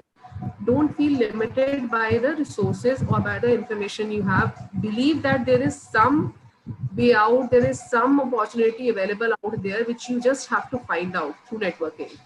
So you write to people, try to surf more on the website, try to find out what solutions does NSTDB offers. So there are many agencies, many innovation supporting agencies today, which are there to support you. So don't feel limited. Go out and do more research. Yes, I actually totally understand that. But my question was related to the scope of this particular event, like this Sitare Ignition project, which involves research content delivery in a video mode. So can it be a part of this program? Yes, you can. You can certainly try. Ma'am, excuse me. I too have a question. Can I ask? Sure, please. Ma'am, when we draft the documents to work All in right. BIONIS, Thank you. you told us uh, how that document should be drafted and what all like the authorities need from us so that we can start working in incubators or labs provided by BIONIS. What they expect There from are us in those no documentation. such documentation which is required. It's just a small concept note, a draft note on what your idea is. If you have done some bit of research on that, give a summary of what you have done and what your results are, and why do you believe that this idea is going to see the light of the day, and what gives you the confidence. So just that much amount of documentation is required, and then your credentials, what you are currently pursuing, where are you based, what kind of help you require from the incubator. So this is what a small email with a 1 or 2 attachment is enough for you to get connected with the incubator. That's all. There is no such other formal documents required. Okay, ma'am. Okay, thank you.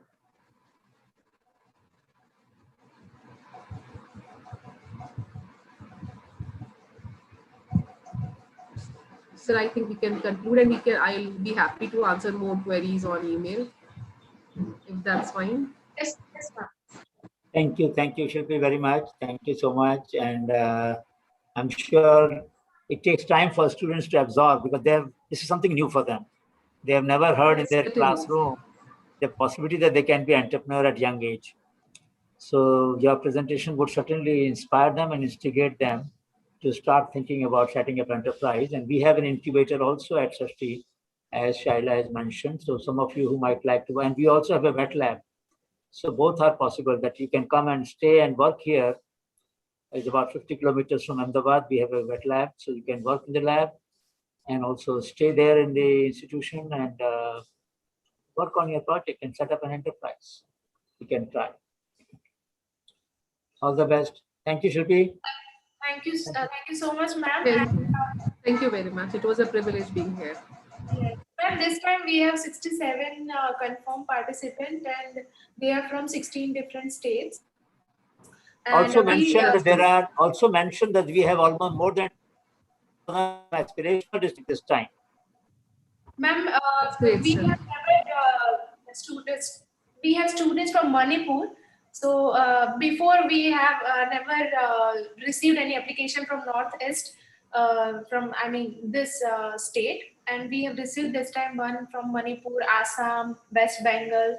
So these are the students, and I was receiving the confirmation till morning, so I was not able to share that sheet with you, but I'll definitely share once today evening. Not a problem, Mika. That's really great to know. And we should aspire at more and more, getting more and more application from that region. We have a dedicated regional center for Northeast. I'll also convey this message to that BRTC. Professor is an advisor to BITC. So anyways, we are connected. So we have only, 3 to 4 states only left to receive the application. Otherwise, we have covered all the states from our country. So yeah, so we'll try our best next time. Certainly, you're already doing the best. Like I'm confident.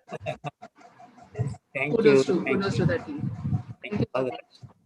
All right, Megha, we can break for the lunch and then tell them what time they have to meet again. Yes, sir, I'll do that. So students, we are